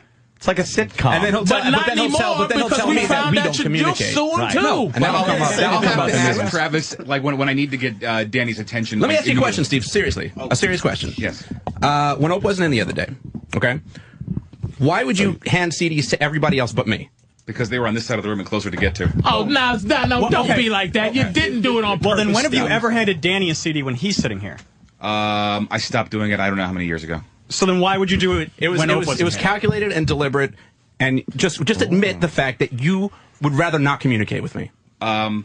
Correct. Fine. That's fine. That's all I have. That's it. Steve's not defending himself well. I think that he doesn't give Danny the CDs. So then don't tell me that I don't communicate at my review next time. But you know, it's also I hand something to Where's Danny Rick and I Ross get in his abs when you need him? the Danny Rick eye roll Ross in his whatever. abs. The Danny eye roll whatever. That's what Steve's Yeah, thank issue you. is. Well, Steve, dude, he if we thinks don't- that you if don't we- give him stuff. Wait, what? Steve thinks that if he hands you stuff, it won't get to Opie. When have I That's- ever not? What has never I don't know. I don't not know, made it because in? Like I I've don't never- understand what. No, Sabotage. Yeah, Wow, I never that's thought. this is fucking a. I never this is thought a, this is a movie. Of fucking Yeah, I never shit thought going James on here. Bond shit. Yep, sabotage. And you think what I'm thinking? 10-second rant Stiff time? drink. Oh, and we should all smile now. 10-second tirade. Tirade? It's a 10-second tirade? I think Steve and Danny should each get one and then smile at each other afterwards. Ooh, you want to do No, that, because there Danny? won't be a smile at the one, so it won't count. Oh, Okay, so you don't shit. play along with the 10-second tirade? Nope. Do Not it, this baby. one. They're doing it. No? Danny could smile and you could look at the teeth you're going to knock out. Oh, Steve is just that the lack of physicality that Steve can't have right now. It's got to be frustrating as hell. I think he would, if he could choke Danny, he would then, Oh, even yeah. if Danny hated him, he'll be like, dude, I'm sorry every day, just to get It would that look- fucking energy It would out. look like the beginning of No Country for Old Men with the cop on Oh, the and he floor. just- like Danny would be kicking and and, he's just leaving looking scuff straight up marks in the air. on the floor, and Steve would just be like, "Argh!" just fucking choking the shit out of him. And then he'd go along to everybody else and put that bolt through our heads. Hey, Danny, what's the most? You never lost anything in a coin toss, have you? Vic? You got anything, Vic? Vic Dumb. No, I'm not allowed. Vic Dumb. You I'm know not allowed to talk to Steve until I can figure out a way to properly apologize to him. Oh, shit. Yeah, have you thought about it yet? Yeah. No, not yet. Well, you go home and think about Are it, you young going to man. think about it? He's dumb. It's Vic Dumb. He's going to go home and think about something like fucking cotton Both candy and guys Ferris wheels. have a point, man. Wait, is are he you going to apologize to Steve? man. Yeah. I'll think about it. I side you on? don't see it happening. Whose side am I on? Why would you- I'm on the side why of would me you- getting into my why fucking would you? truck and going home to You're my right, I lovely house. I'm on the and side of having a them stiff drink. cutting the copy that they have Whose side to you cut on, Ope? because- Who you think should apologize? Well, first D-Rock should apologize to Steve. No, that ain't happening. I thought about getting him an apology gift, but if I put cheeseburgers down on his desk, I thought he would get upset. I'll be honest, I am biased because I've had personal run-ins with Steven behind the scenes, things that don't want to discuss. Which makes you believe in but the... that no. It's just I have a hard time being around each other. We work together. We were very good friends, like at NEW and stuff like that. But things just happen. Things happen. We'll just say that. And Danny is a very close friend of mine. So I'm a little biased. So I can't really I think okay. This is a preponderance of the evidence. No, too. This is crazy because it makes Patrice. Steve look bad. No, I'm not trying to make Steve look bad. I'm just saying what he just loses friends. Here's the problem. But Steve no, has what it is. Steve has a major problem because the staff doesn't like him or respect him, and I don't know how it got to this point, but Steve's got a major problem. You got a major problem. I have sat down each member of this So staff. you did something because these guys don't like you. Oh, it is a rise up right here. I guess you don't have to like. They'd frag you if it was Vietnam. And I guess and you don't have to like the guy that you know. Sergeant Barnes, baby. And you don't have to like the guy that's higher than you in the hierarchy of a fucking workplace, but it goes way deeper than that. Steve wants to walk. Now, if we left this room now and he locked the door, Steve would sit them all down death. Now, what you all know about death?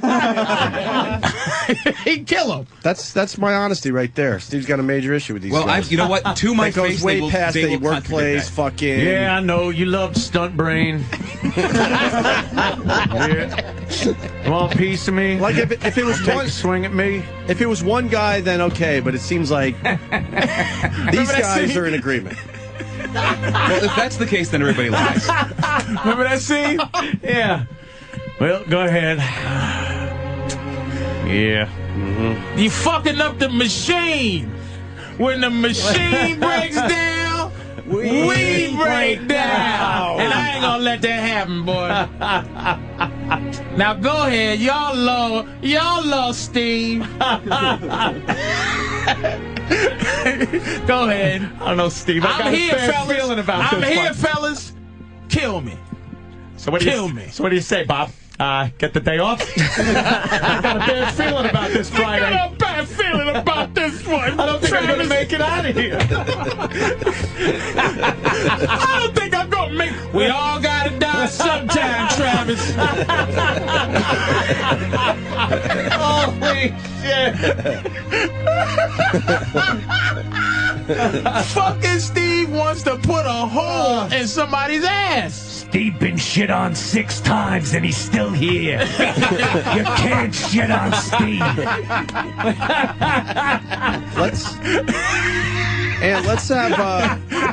Let's have Sam talk for the group.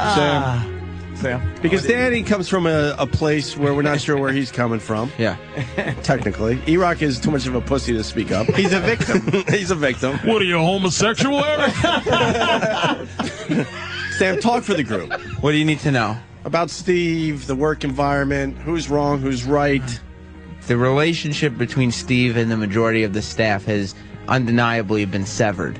Wait, start over. Wait a minute. Just start over. That's a direct contradiction. This music playing right now is the greatest backdrop for this that ever lived. See, we don't need Travis because he didn't pick this one. Oh, my God. That's how the Steve laughs.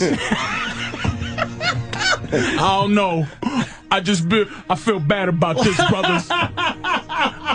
I just feel bad. What are you, a crusader, Travis? Yeah, we got ourselves a crusader. We got ourselves a crusader. Look at this lump of shit. I conquer down, Travis. I conquer down. I'll catch you taking a picture of Steve's breakfast one more time. I swear to God, you're going to get a goddamn ticket out of here in a body bag. I shit you not. I shit you not. Bag and tag this piece of shit.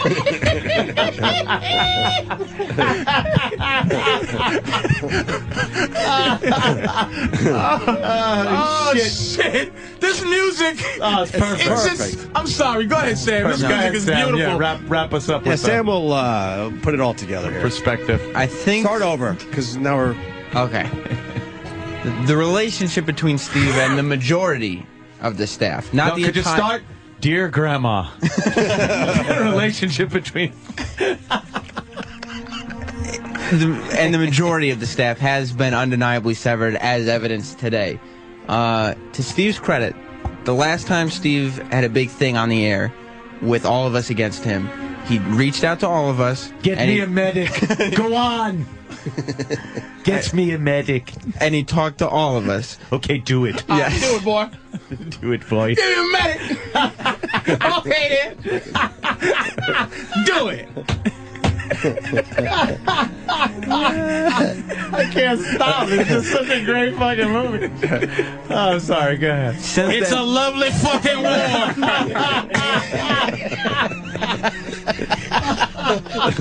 Oh, shit. Since that time, I've had no issues with Steve at all. Yeah. And our relationship is fine. Our working relationship is totally cool. I see. Eric did some things today that got under Steve's skin.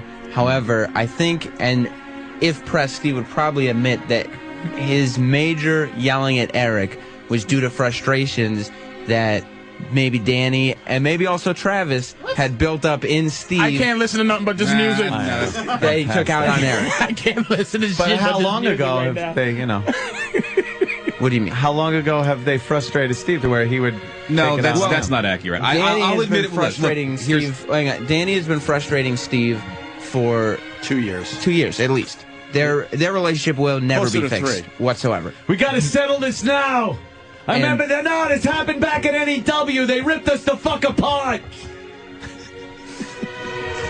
And I personally, Can you just do this jumping up and down on one leg and laughing? This music makes everything sad. It's just it's fucking terrible. This music is fucking the It really worst. is. Adagio is the worst. It's the saddest music ever made. I can't. I want to laugh. Look at Steve's face. Yeah. With this music. This is terrible. Yeah. Sam. I think Steve's issues with Danny primarily played a part in what he took out on Eric. And I think that when he says pick a side, as Eric said, I don't know if he said it or not, but if he said pick a side, I think he believes that the team that's opposing him is Danny and Travis since they're such good E-Rock friends. is the son born of those two fathers.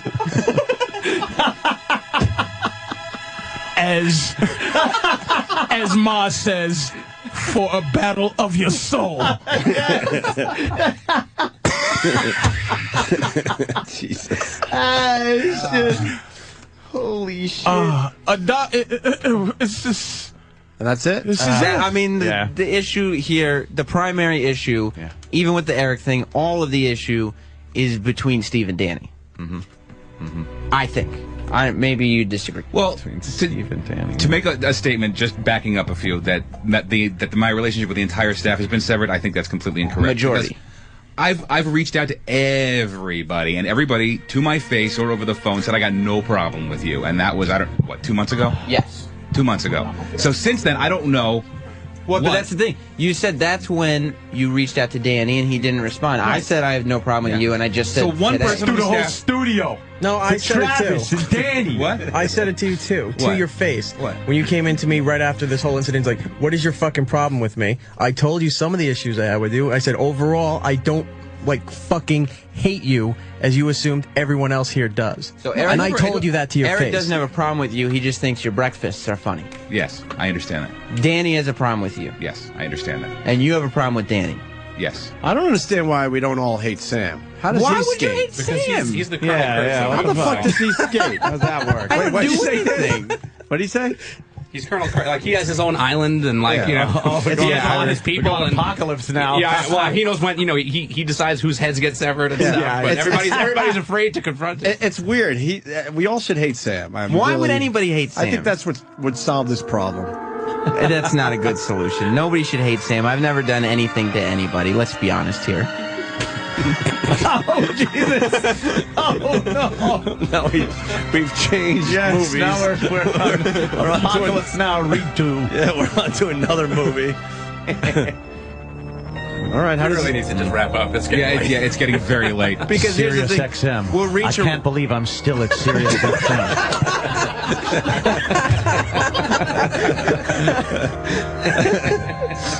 We could reach a resolution today. Yeah. How? But in 2 months, I'm just saying, some people could apologize and everything. We could say, okay, everyone's fine. Within the next 2 to 4 months, something will be done. Steve will get pissed off, and it will result in, regardless of who's at fault, Steve and Danny arguing, because that's where the real problem lies. Let's be honest with each other here. So if they solve their issue, Which they won't, ever. everything is much better. But they would, I mean, they need to just separate from each other and not worry about each other. When Danny says he's over Steve, then don't give Steve a second thought. And Steve should not give Danny a second thought. Just act as islands amongst each other. Travis and me, I hope I can be on your island. Yeah, but you still have hostility towards Steve.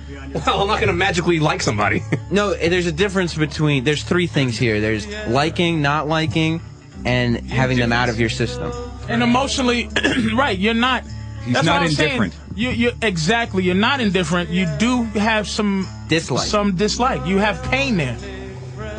You dislike Steve. Well, you don't because not we still have to function on a daily basis. You don't. No, we do, because I still have to show up, and he has to show up, and we have to cross paths eventually. So we're gonna have to build a new staff here. Yeah. Not a whole new staff. We're gonna have to start from scratch. No, you don't need to fire everybody. For the third time. For the third time, we're gonna have to start from scratch. There's no reason. You've done it before? What do you think? But Steve has You been did there the for show at years. NEW, Sam, man. I've watched this happen. Everyone's gone except for those two. Some of us are fine. Oh, except for which two? Open it. Oh. Some of us are fine. Back to basics. Some of us don't have any Let's issues. go back to basics. Me and you, kid. Yeah. That's it. Well, I mean, no, some That's people... it. Nah, we don't need you. Just stick around and... Yeah. Sam, I've The old been staff around for 11 The old years. staff thought they needed us. You call me I think we throwback made that Sam. obvious. Great. I've been around. What's wrong? What happened, Danny? No, nothing. We should just end the Fucking show. Steve. Why end it? Just makes Danny sick. Vic has something. Vic. Well, Vic Dumb. It's Vic Dumb, everybody. That name has been taken on Twitter and every message board, by the way. Vic Dumb. It's over. Thank you. Well, if this is the source of all the conflict, You. and no, not me. Yes. The Danny Steve stuff here. If this is the source of Steve's aggravation, then his blow up today, I think Steve owes me an apology. I agree with that. Shit. That's fair. Based on Yeah, what because we... E-Rock was just trying to keep it fun. Who's in charge here? I don't know, man. I thought you were. Perfect. Jesus. I think one E-Rock knows. was trying to keep it fun. And what this show's all about. I think Eric was under the assumption that we worked on a comedy show. No, that's not the get out of jail free card. Is not. Dude, yes, it is. We work on a comedy show, No. and you're the only one who can't take a joke. Feels good to laugh. I just pulled the tooth the size of a shot glass out the hull of a boat. Look, fellas, let's be reasonable here. My boy was in that studio, too. You want to cut Steve open and see how many cheeseburgers inside? Oh, God. I'll not stand by. I'm just saying. I didn't say It could have been Eric. Steve, I'm just saying the bite wounds on that hamburger. let's be reasonable here. This is not the time or place to perform some kind of a half-assed autopsy on an executive producer. And I, for one, am not going to stay in this studio while we cut Steve open and watch those French fries spill out all over the carpet. We changed movies again. What the hell's going on? I heard that there were some French fries eaten in this table yesterday, and you knew about it. I just want to say that Danny and Steve were in the studio at some point, and some feelings were hurt. But everything is fine now, and this studio will stay open.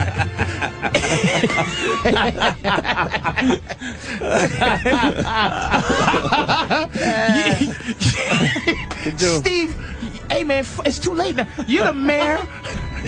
You're the mayor of Burger Island.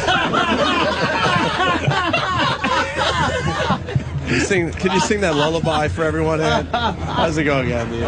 Do you know the Burger Man? The Burger Man, the Burger Man. Do you know the Burger Man? Wow. So E-Rock should get an apology because we do work on a comedy show, and I think E-Rock was trying just to kind of bring some material to the show. Y'all know me. Y'all know me. E-Rock, You know what I do for a living? I'm not talking about hooking bluegills or Tommy Cats. I'm talking about Steve. Talking about working for a living. Steve, man, stop it, man. What about Cage goes into the water? Yeah. I'm trying to think. This is crazy. Cage goes into the water. You go into the cage. Burger's in the cage. Steve's in the water. Our Steve. Farewell and adieu to you, fair Spanish lady. Farewell and adieu, you lady. I'll show you this scar on my chin where Steve got mad and punched me in the face. Show me the way to go home. Scar on my fingers when I tried to take away his burger.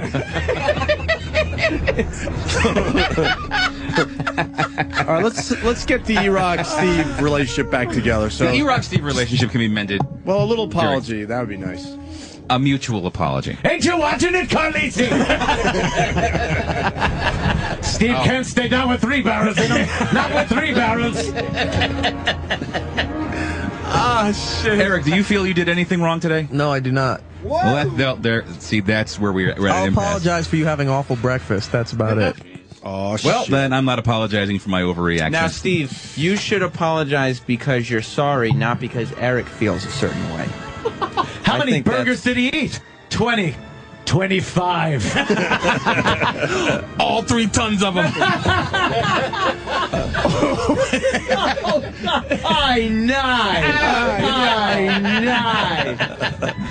Hey, Steve, I think, look. What do you think, Patrice? Hey, Eric.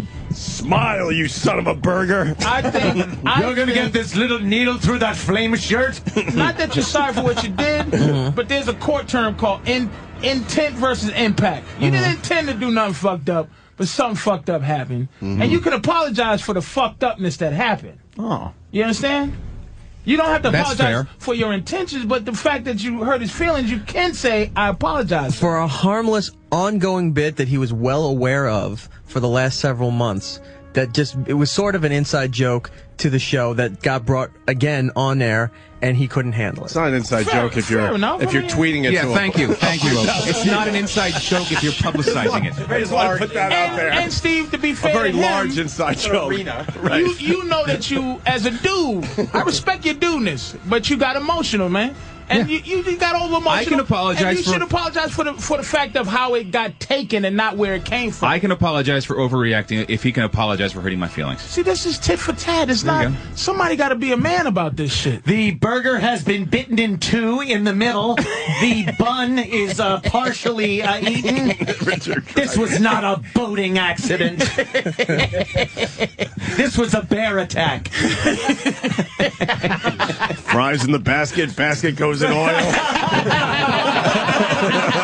That's a good one. That's a good one. Funniest listeners in radio right there. Oh, And Booby Man. I think we're going to need a bigger bun. Oh, no. I need a bigger bun. Lord have mercy, man. Oh, fuck. Terrible. Basket goes in the fries go in the basket. Basket goes in the fryer. Fry later. Farewell and adieu, you fair Spanish lady. All right, E-Rock, no apologies. Yeah. Sorry, buddy. This is not good, man. No. You could at least start it there. Eric, if you can apologize for hurting my feelings, I can apologize for overreacting. Healing could start. Overreacting and threatening me with work shit and, being physical and all that fun. I didn't threaten you with physicality. Dude, over a lousy joke that's been going on for several months. Just give Mayor McCheese an apology so he can go home. Did that hurt your feelings? Maybe he'll get apologize. Mayor McCheese. This is terrible. This is terrible, man. Oh, shit. What happened? Did I interrupt the... Ronnie, help us out! Help us out! Oh, look at Ron's just like, I got here early today, 10 after. Ronnie got here early and everything. Ronnie, help us out. Thanks for the late lunch, boys. I really appreciate it. No problem. We need some wisdom. The whole place is falling apart, coming Ronnie. apart at the seams, and you're pretty used to this shit on your show. You've seen this happening for many years. So. Well, all I know is yesterday, Steve told me that Danny's a fucking asshole. And that there's a picture of Danny on the internet blowing some other guy. So I don't know if that helps. I hope it does. that helped out. No? Thanks, Patrice. Really, Jesus Christ. it's good to see you. We're imploding here. Yeah, well, this is the day. The this is the staff day is you've been coming apart expecting. now. The beauty of it is the show failed years ago. There's no fucking reason to still do this for any of us. This has got to be some kind of limbo, doesn't it? Where we all live now. Like we didn't know that we died. Yeah, this is the fucking plane went down. We blew it a long time ago. What are we doing? We're all still sitting here with microphones. Because they're not onto it yet. God, is that true? We're still here with microphones and this fucking... I don't even know how this is broadcast. Yeah. We're just in limbo. Holy shit. And everybody's just fighting with each other at each other's throats for no fucking reason. Well, you know, yesterday... what's his name? Cross comes through. And he goes, we've got a problem.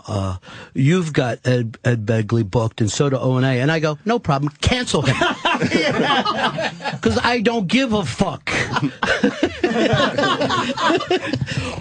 Yeah, we got a battle over who's going to get Ed Begley Jr. Yeah, right. So now I don't have to take 10 minutes and pretend that Ed Begley Jr. is fucking interesting. Shit. And it should be great here, right? This should be fucking great. This should be gravy. Yeah. Just nothing. Oh, sorry, Steve. Should be. I shouldn't use the word gravy. Oh, jeez. Oh, I know. Yeah, it should be the easiest gig ever. We just come in. I don't think anyone knows what the fuck we're doing. No, I don't no think one people cares. know if we're even here. No, occasionally people go, you guys are great. Yeah, really? yeah. Tell me Yeah, one great thing we did.